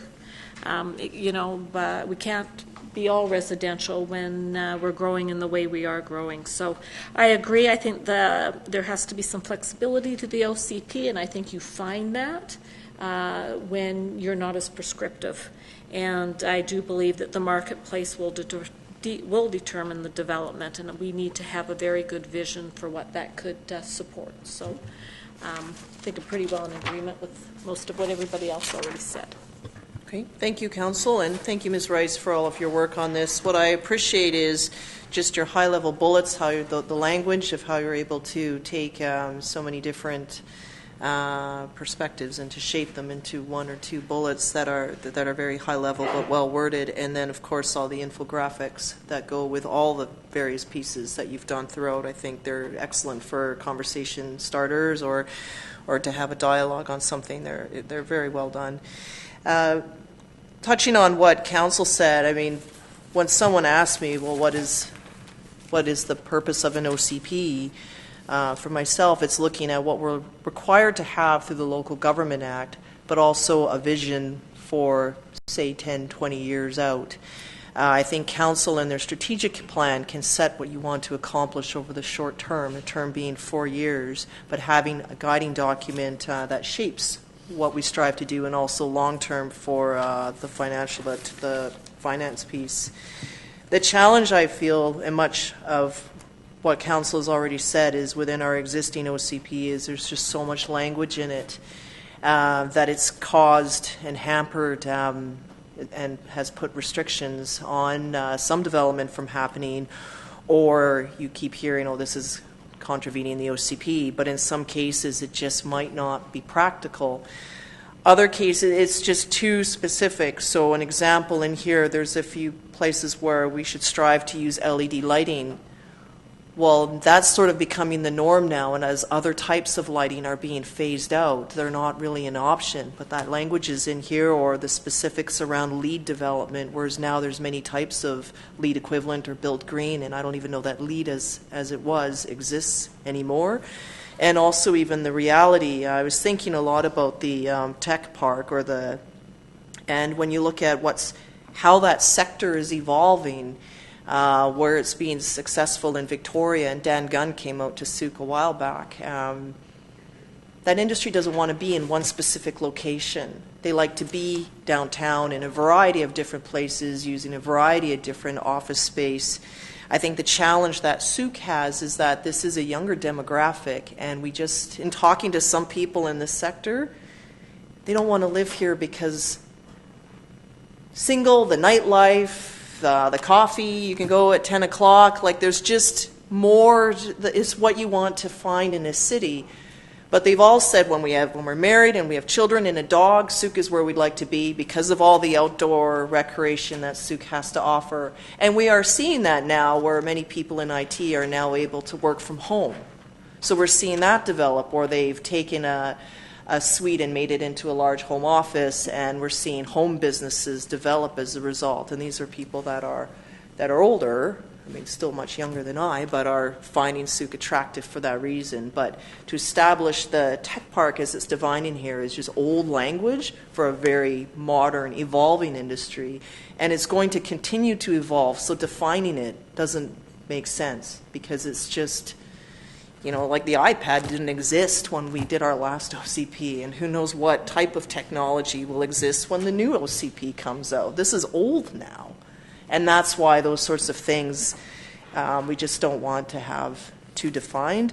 There's also things, I'm thinking of a business that developed a second business, Pure Elements in the Artisan's Garden, doing everything in accordance, but then had many different hoops to go through, challenges, what about parking and fencing and all those things. And here's a business that's following the guidelines within the OCP, and it should have been, in that case, an easy process, and it wasn't.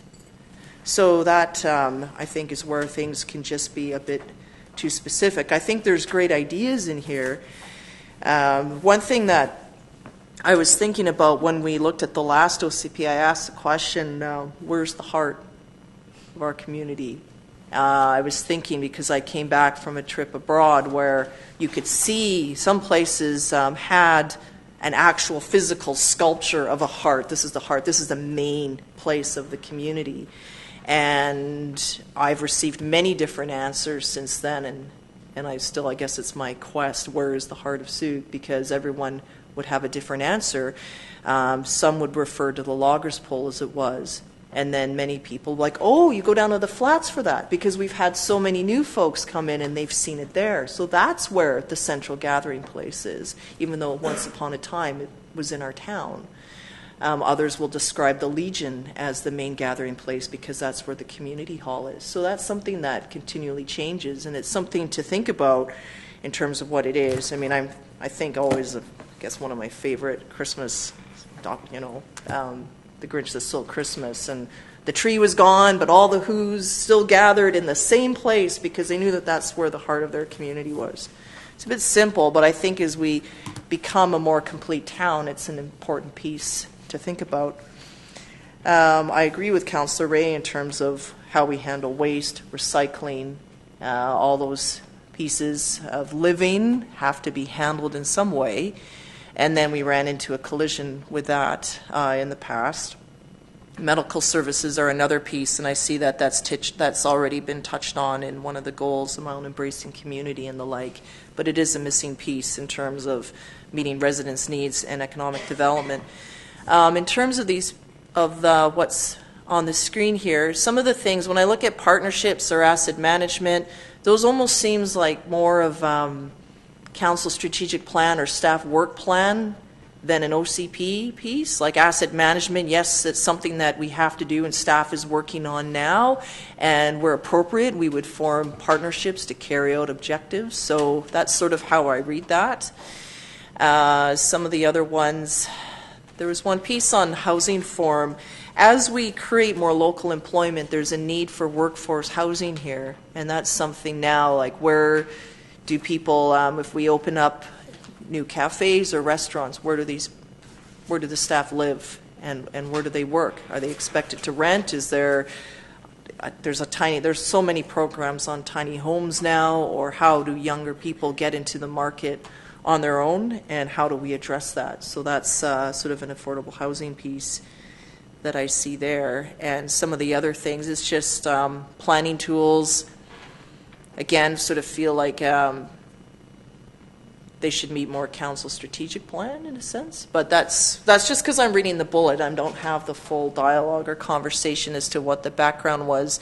Sewer infill is a conversation that council needs to have. Should we look at expanding? It's a 2-year window that would need to start. So where I think that's a broader conversation to have with the community. Where do we expand? How far does it go? And how do we start preparing for that? Because then, of course, the finance has to be in place as well. Efficient infrastructure, to me, sounds like a smart growth principle, so using your density in the most wisest way. But that's where I'm just giving the feedback on what I see here. But I do appreciate what other councillors said just in terms of thinning down the document so that it's not so restrictive. I think as we're growing as a community, we also, and evolving as a district, rely on staff expertise to provide those policy pieces or the more specific with each report that comes and each application that comes forward for things to think about. But otherwise, as I look at this, I'm like, you look back over the 7 years, I don't know that I could give us a good rating on how we've done here, because there's so many things that we should have done and haven't done. So one of them is even, there should be covered bike racks. I can't think of one, a covered bike rack that's been installed anywhere in a public place in Souk.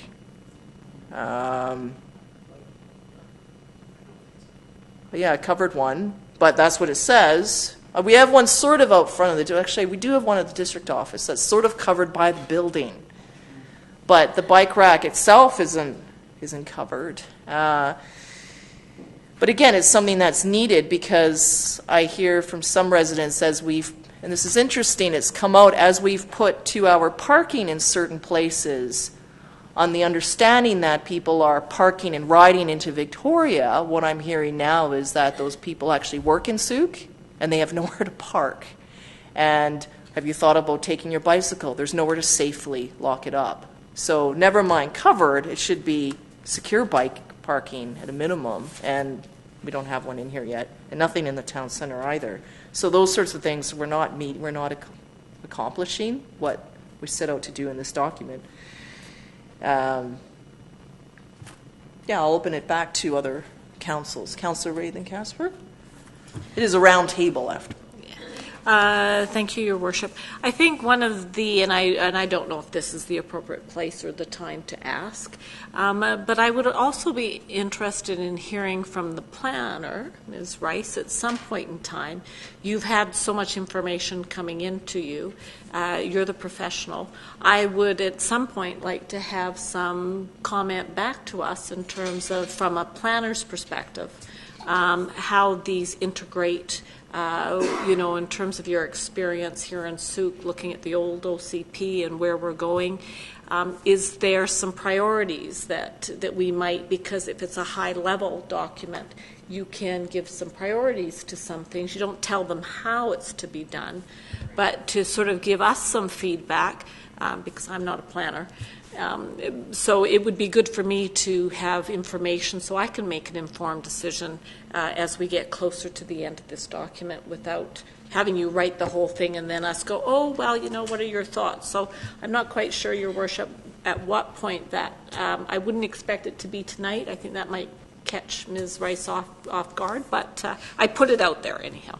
I think Mr. Howitt can reply to that. Your Worship, through to Councillor Ray, I think that's a very good idea, but I would like to have, as we go through this process, obviously this is not the appropriate place to have that kind of dialogue, but what I would like to have is Ms. Rice canvass the other planners in our office who are have a little more history in Souk and the problems that have occurred with the existing OCP, and perhaps not the next time we bring it forward, but the time after that, as we get closer to the end, is we bring our experiences and our problems forward and give you some sense and some idea of what we go through in dealing with this OCP. Thank you, Mr. Howitt. And I think that's important because that's the part that informs us, in terms of understanding what the challenges are. I think in the OCP I can understand when you look at it, people had some really good ideas, but good ideas don't always translate on the ground to be able to be actually done realistically. And as the mayor has pointed out, there's a number of things. There was so much in that OCP. I don't know if you could really have got it done in 50 years. So I think it would be important. So thank you very much. Councillor Casper, please. Yes, thank you. I'm just going to go back to what I had written, just as a friendly reminder, that there's 900 combined goals, objectives, policies, and action items listed in the current plan. And that covers all the different categories. In one category, I'm recollecting there were actually a combination of 45 specific things that could or could not be done or should be done. And to me, it just seemed like a huge maze. And in my mind, it kind of creates confusion for anybody, especially someone who isn't in the development industry or someone who really doesn't fully comprehend basic land use designations and that. And, it's hard enough just getting to that stage, but then to have all the other stuff sort of dumped on one really makes the system get bogged down. There's something I didn't touch on, and I know it's referenced in the last page of the report that the committee has, and that's the section that deals with the regional growth strategy. Yes. So I think it's critical that based on the numerous opinions that I've seen from court cases and what our lawyer has indicated, that we have to keep that in its simplest form so that we don't let the CRD's document dictate over our community what we have or do within our community plan. Because the courts have already ruled that it's local government that is 100% responsible for what's contained within their community plan unless it's designated or mandated by the province. So I think we've got to get rid of a lot of the stuff that isn't necessary, and if need be, we should go to our lawyer to actually get maybe some additional guidance on that if need be. Because I don't want to see us caught in a position where we may want, or a future council may want, to go down a certain path to do something relating to land use, and suddenly be told by the Capital Regional District we can't do it, as was the case in Central Saanich. It went to court, and Central Saanich lost because of the wording that they had within their official community plan, and because it referenced all these things that were contained in the regional growth strategy that they adopted in their community plan. That tied their hands. And if we can get rid of some of that stuff, then I think that's in our interest. Talking the community's interest, not just as councils, but the community. Thank you for your attention. Thanks for raising that. There are some matters pertaining that go on longer than a council term, that are always a work in progress, working with the MOTI, the school district, and then with the CRD and our desire to have water extended throughout the boundaries. I mean, those are things that have to stay in. But as you raise the CRD, in terms of the regional growth strategy being in an arbitration process, where does that put ROCP in terms of having it signed off? At this point, I'm not really sure Yeah. what that does to our ROCP in generalistic terms, but I know we have to have a comment or a statement within the OCP itself which acknowledges the RGS. I think it was a year or two ago where we did ask our legal counsel to determine if the statement that was in our existing OCP is going to bind us with regards to the RGS and whatever the and whatever they want. Now that there may be fallout with regards to the mediation within the RGS, I think it will be incumbent upon us to go back to our legal counsel and just make sure whatever statement we make in the OCP is reflective of certainly what we want to do and isn't going to hinder us as we move forward. But I don't know what kind of a concrete answer, a solidified answer we're going to get when it's in mediation, but we will pose the question before we move forward. So that would be the regional context statement. That's In correct. some cases, Yeah. it may even be the same still. Okay. Councillor Pearson. Yes, thank you. And thank you, Councillor Casper, for pointing that out, because that was my next statement with the RGS. I think that it's absolutely critical that we take out any ambiguous language around where we want water to go. We had an application turned down recently to go up Otter Point Road because our OCPC didn't identify those lands for development. They use it both ways, and that was by the one if you go water. And that wasn't even to do with the CRD. That was the water. So we need to really clearly identify that we want water to go to every single property without anything on it in our OCP. Right? Because water's becoming shortage, although we haven't seen it this year. But we've seen changes in aquifers because of other people drilling into them and things like that. So that's something. The other thing that I want to comment on is things like the industrial lands. I think that clarity around or the communication piece, and I think it's for all current designations, is shared with the adjacent landowners in a public document, and hopefully they take time to buy that, buy the OCP when they buy their new property or they look at the OCP. Because one of the things that I see as Councillor Casper talked about in his first discussion in this roundtable was the lands around Kaltassin. Well, those have been industrial for a historical amount of time. They're legacy industrial lands. And if you think about it from a planner's point of view is, the main supply comes from Victoria, drops off at maybe smaller warehouses, and then our local economy can access those lands. And you're not traveling through our downtown or our nice downtown with industrial-sized trucks. So it comes to outside of our town, and those should be preserved. But in that preservation, there should be communication to the community around there. That's got to be part of our OCP. For me, that's critical, because the people will, as soon as you make an application to change a wording in what's currently industrial land in a current zoning, and we've seen where we've wanted to add one category to industrial lands in their current zoning, C2 or C3 or whatever, then all of a sudden the public says, well, I'm surprised that this use would be happening on it. So I think we need to really identify this is industrial land for the to the mayor's point, that 10, 20 years, we see this as industrial land. Because those are those controversial pieces of property. And, we've had some applications for those lands, and it's always the last property in the industrial that comes up with the most controversy. Because there's a border from industrial to residential, and that's always that most controversial. Anyways, that's something else I'd like to see.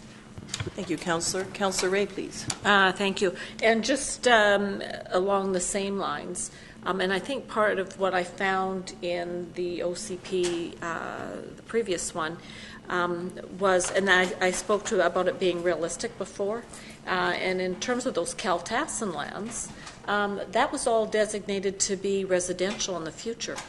And so realistically, without a phenomenal amount of cost. And so I come back to my comments earlier about, the land use and the growth in the future. It has to be realistic in terms of looking at, because, when it comes to things like industrial lands, whether it's the soft or the heavy, a lot of the times people say, well, I don't want to see that in my backyard. But as Sioux grows, there's going to be a necessity for those things. And I think we need to be realistic when we're looking at properties to have some vision as to why it would support it going there other than elsewhere. Because I think when people come to Sioux to look for property, I think there needs to be a good... we need to be able to communicate to them what the vision is in the future so that people, when they come to buy property, can make informed decisions on what they're buying. Okay, thank you, members of council. I would like to open up the microphone to any members of the public that would like to make any comment on our discussion about the official community plan. Okay, if you come forward, Mr. Dugan, we just need you to turn on the microphone, please.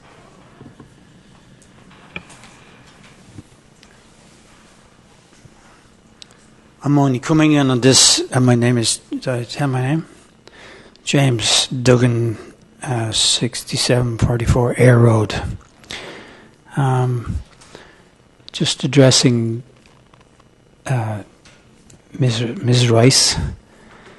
Coming in on this for the first time. I didn't know that this was going on. But there's one thing I noticed, I might be wrong, but you correct me if I am, but there doesn't seem to be anything mentioned about, we'll say,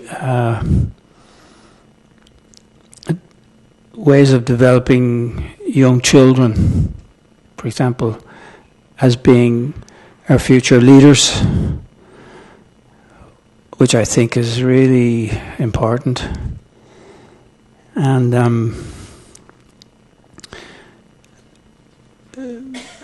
they need to have certain tools for developing their ways of interacting with the world, basically. It's called inner engineering, actually. And it's to do with raising their levels of consciousness, which I think, if you're talking about, the future of the future of humanity, is one of the primary things. Actually, the most important thing is to raise the levels of consciousness. So, and every community would have the responsibility of addressing that, how to do it. Because it's like, making unconscious decisions is, you end up spending $70,000 on artificial turf, for example. So, so that's, I don't know what else to say about it, except it just seems to be missing, somewhere where we look at what we need to do for young children, because you know.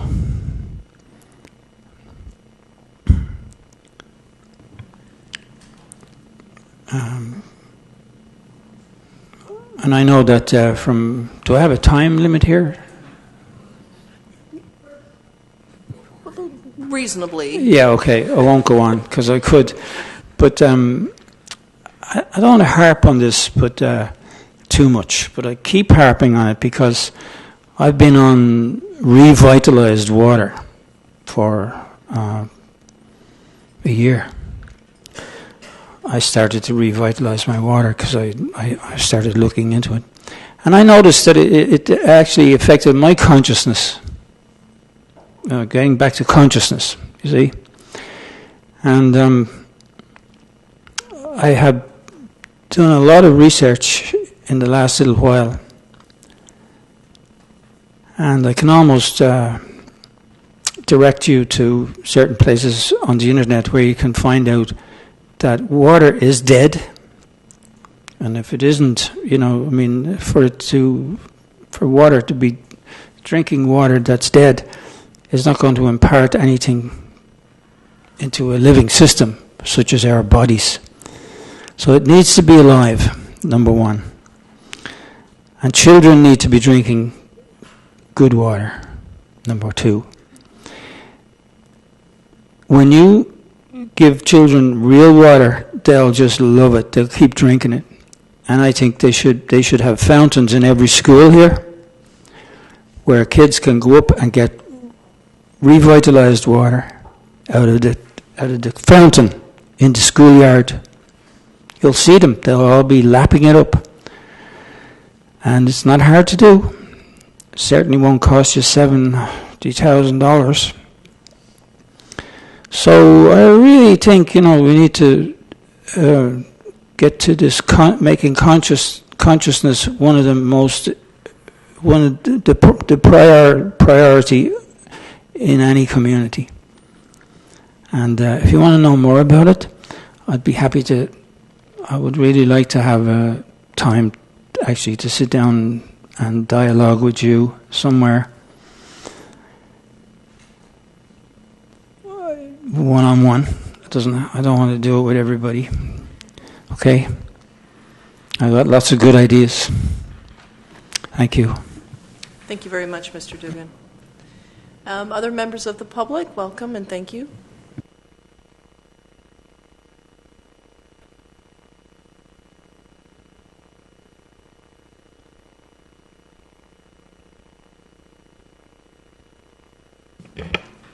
Thank you, Mayor Council. I appreciate this opportunity.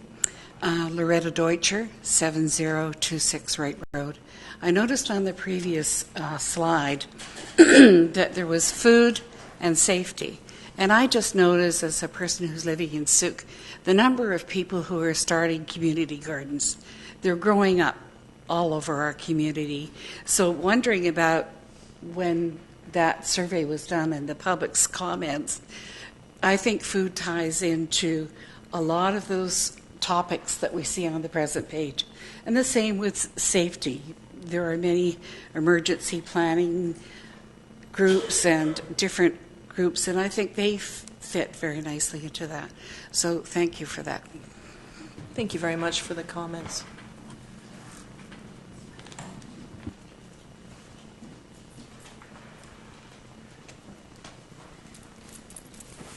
Hi, it's Britt Santowski from 2206 Church Road.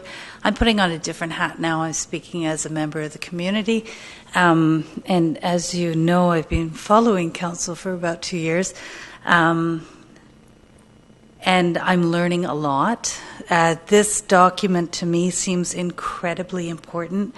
And I feel like I'm just coming into the importance of this document. I really liked what Councillor Berger had to say about us having a vision of neighborhood squares and kind of having in our head what it looks like, and I think that that's really been lacking in Souk. We're a seaside town without a seaside view. That to me is number one. It's not a very attractive town. When I've heard mention of Souk in national media, it's usually about the treasures that can be found in the offshoots, right? So when you go away from the downtown core, I do think the long term is incredibly important, seeing 50 years down the road and anticipating what it looks like. There are certain things I think we can plan for. One is the influx of seniors. Vancouver Island is a finite landmass, and Vancouver Island, the west coast, is kind of Canada's California, so it's where people are going to come to retire. So we can see a certain demographic coming in. There's a certain amount of planning that can be done for that. Things like hospitals, infrastructure, roads, these are things that we can see a growing need for. I think it's really cool. This document is really important, and I'm just learning right here, right now, how important that document is. I know about this much of that much that needs to be done in it, and thank you. It's great work. Looking forward to it. Thank you very much for the feedback and your comments.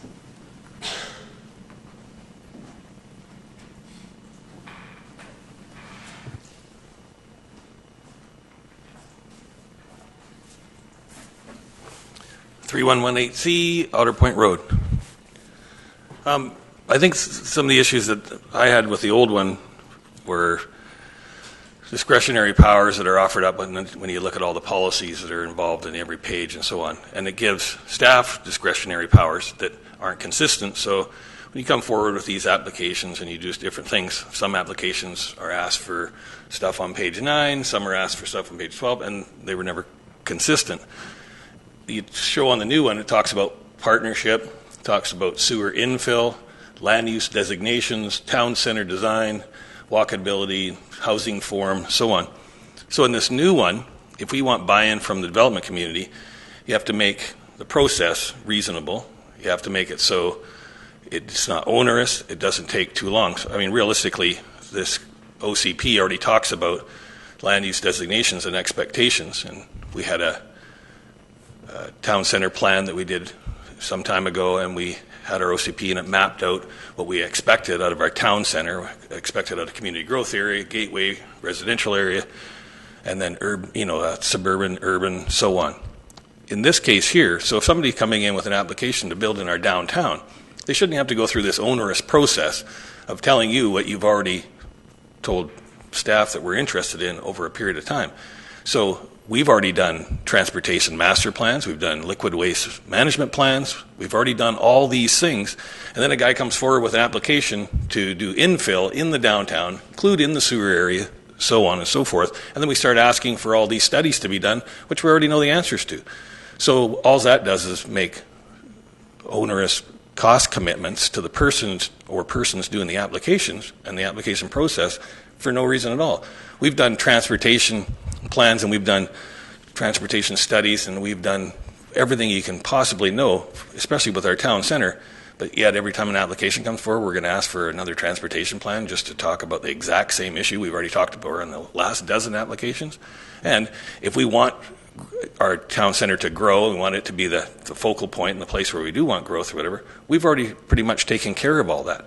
You take away the guesswork by doing these transportation master plans and these town center plans, and then you guys come up with a revitalization program for downtown for tax exemptions and so on, if people build in the downtown and build the things you want in the downtown and so on.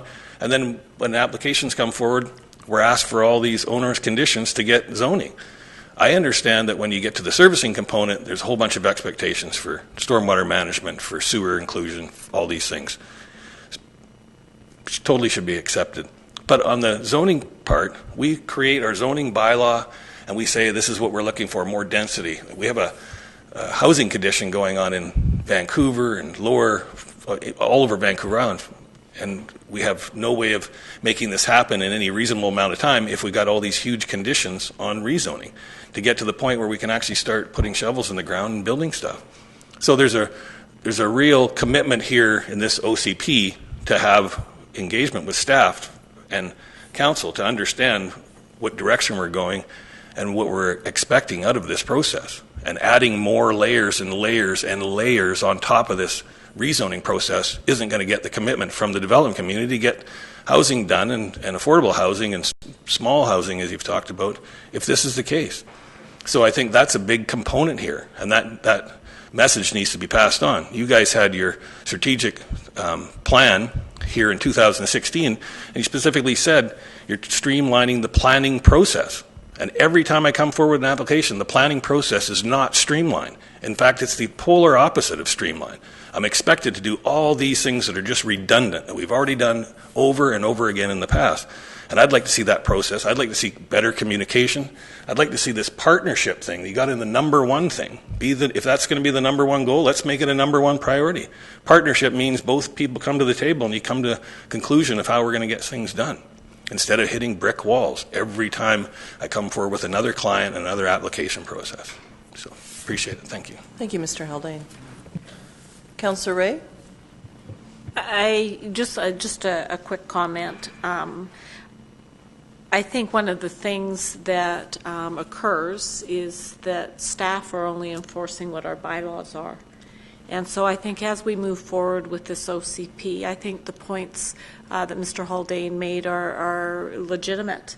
One of the things I've always wondered is there's so much property. Like when I first arrived in Souk, there was so much property, I couldn't understand how all that waterfront property wasn't developed yet. So there's some mechanisms that are getting in the way to move forward, and this OCP I think will help. But I think we need to look at some of the bylaws and just see what are we expecting in terms of development. Because if it's not in a developer's best financial interest, they won't build here. And I think if we want to see some sustainable growth and have the commercial and the industrial, I think we need to look at our policies to see if we're creating barriers to making us economically viable. Yep, no, that's true. Our staff have put together a work plan outlining a whole number of policies, what we don't have, what's dated and needs to be refreshed, all based on feedback that our CAO has done with review and with staff coming in. So it's just the case council needs, we're going to have a lot of work to do, and but it's essential because for this part of the conversation, it is hindering. It's causing problems, and it's making life difficult for staff as well as the development community. I don't think it's just pain on one side of the table here. It's probably on both, and that's up to us. We're hearing this feedback from both, and we need to resolve it. Is there anything else from members of the public here tonight? One more little thing, Mr. Dugan. Come on up. I'll just answer, though. You did make some comments about our children and our youth, and there was another area of the document that our planning staff have put together, and it talks about promoting the well-being of families, youth, and seniors, and then public education and prevention pieces, remembering our roots, and then there's some different pieces that does touch on the theme that you said earlier. Right. Okay, just to keep consciousness in mind, right, as the reason why we do these things. So this morning I was going into town on the bus, and I was waiting for the bus to pull away, the 61, and another logging truck went by with trees that were not much thicker than this glass here.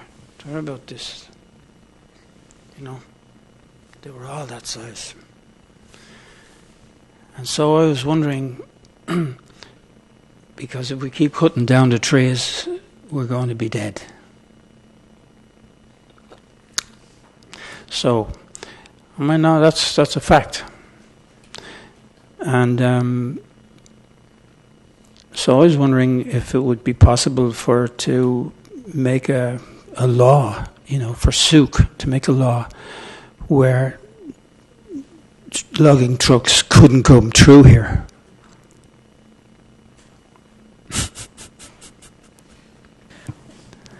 We have a provincial highway running through our town. I know. So that's...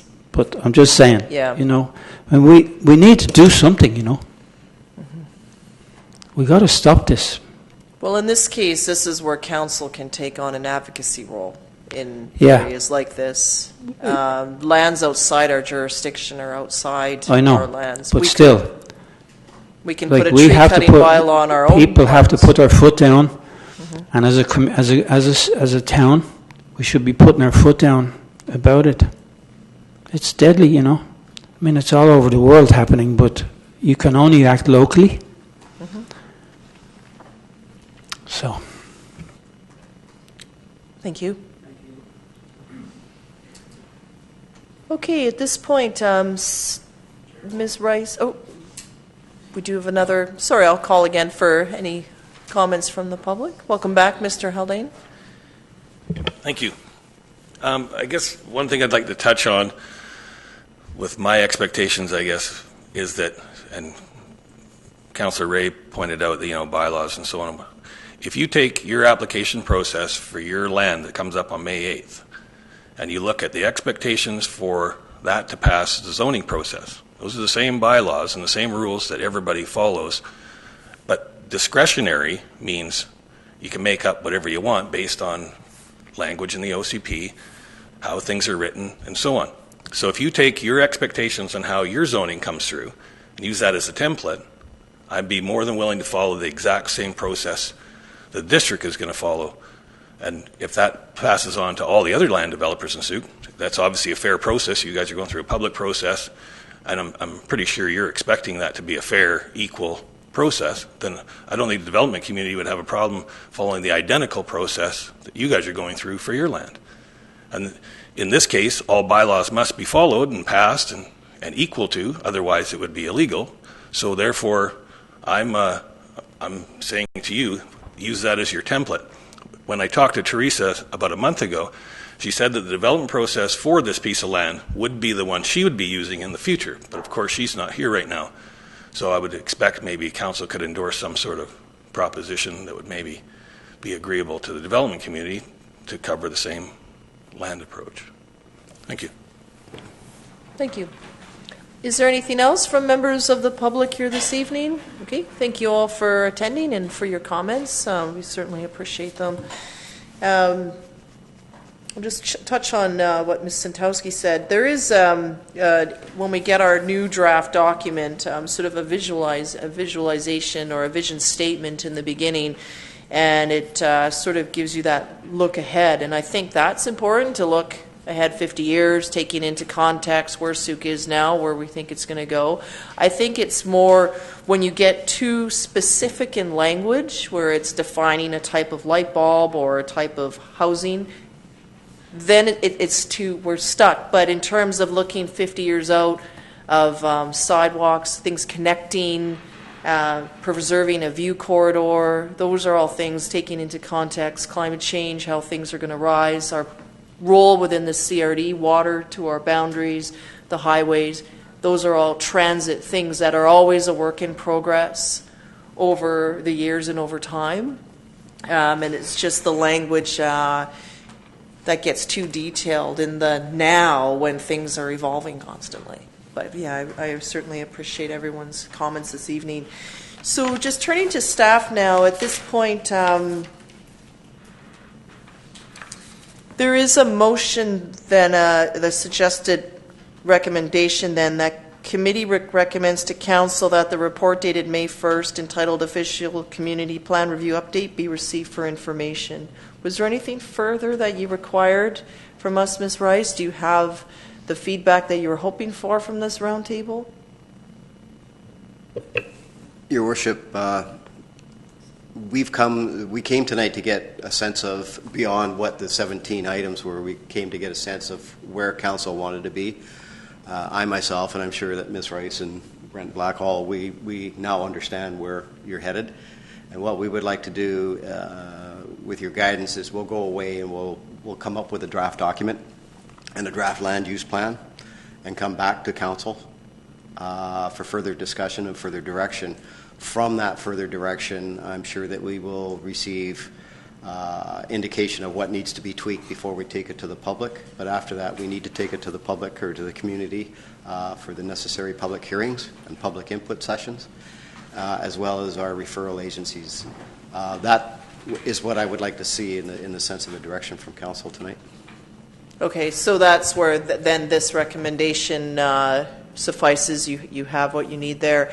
A question that I have in terms of public input, public engagement, what would that look like? Because I just find this sort of setting for that, I don't know if just to get more, can there be something held at the community hall that has mapping, some of the diagrams that are blown up larger to look at? Like, is that sort of what we're thinking, more of an open house, or was it just to have something in this sort of setting? Your Worship, we're obligated by law to have community input, and I can't remember the number, if it's 1, 2 meetings or whatever, but we are obligated by law to have those community input meetings, and I envision having something at the community center where, like you say, we'll have the maps up on the wall, we'll have draft documents, etc. We'll have staff there to answer questions and receive input as it's offered. Okay, and it would be good if you can to sort of do sort of like I think the Talktober event. It wasn't just an evening; it sort of spanned the course of a day and an evening. And like if possible, I think that would work. Councillor Ray? Thank you. And just in terms of the process, I'm hoping that we get staff's feedback into the document before we go to the public. Yes, that's what Mr. Howard had said. They'll be working on a draft. It'll come back to council, and then we'll launch it back out into the public. But I would just like you to think about having some sort of an event at the community hall, because we would need to look at dates, their availability, who's available, all that kind of stuff. Yeah, and I think we'll have, Your Worship, I think we'll have a better sense of that when we come back with the first draft, because it's such a variance from, or not a variance, but it's such a different, it's going to be such a different looking OCP that Yes. I would suggest that coming back once may not be sufficient. We may be back twice before we go to the public. Okay, fair enough. I just want to see something more than this sort of a setting, is what I'm getting at. Councillor Pearson? And thank you for that through the chair. And I reiterate what the mayor said. So I have a couple of questions through the mayor to, I think to Mr. Howard actually first. So do I understand that Ms. Rice is the lead for this project going forward and up to this point? Your Worship, through to Councillor Pearson, that's correct. Okay, so, and I know that's kind of a technical question, I didn't mean to frame it up there. What I heard you say something earlier about former planners and having input. One of the things I fear is legacy kind of content. I really appreciate that we have a new planner looking at this sort of differently, and that we get a new and improved look at the document, or a new document. And sometimes emotion, and I just want to say emotion hangs on to what we've always done in the past. And I think that this is our opportunity, because we're spending enormous amount of time and effort in this document. I don't want to lose sight of that it's a new person doing a new document, and I don't want it to be hangovers from the old documents. You kind of get where I'm going with that? Your Worship, through to Councillor Pearson, I can't remember specifically what the context was, but I think Ms. Rice was asked from a planner's perspective what problems the existing OCP was creating. And all I was suggesting is the other planners that are here have been here a little bit longer, and they probably have a little bit more knowledge of some of the other problems or some of the nuances, and that's all I was getting at is combining them all. No, it was just sitting in there churning away. Sorry, through the chair to you. It was just sitting in there churning away, and I'm thinking, oh, that sounds like we're hanging too much onto the old OCP. This is a refresh. It's not a complete revamp of the OCP, but it's a new set of eyes, and I think it's absolutely going the perfect direction for me personally. Thank you. Okay, anything else from council? Councillor Casper is moving the recommendation. Any further discussion then? All those in favor? Opposed? Motion's carried. And looking then for a motion to adjourn tonight's committee of the whole, please. Moved by Councillor Pearson. All those in favor? Opposed? Motion's carried. Okay, good night, everybody, and thank you.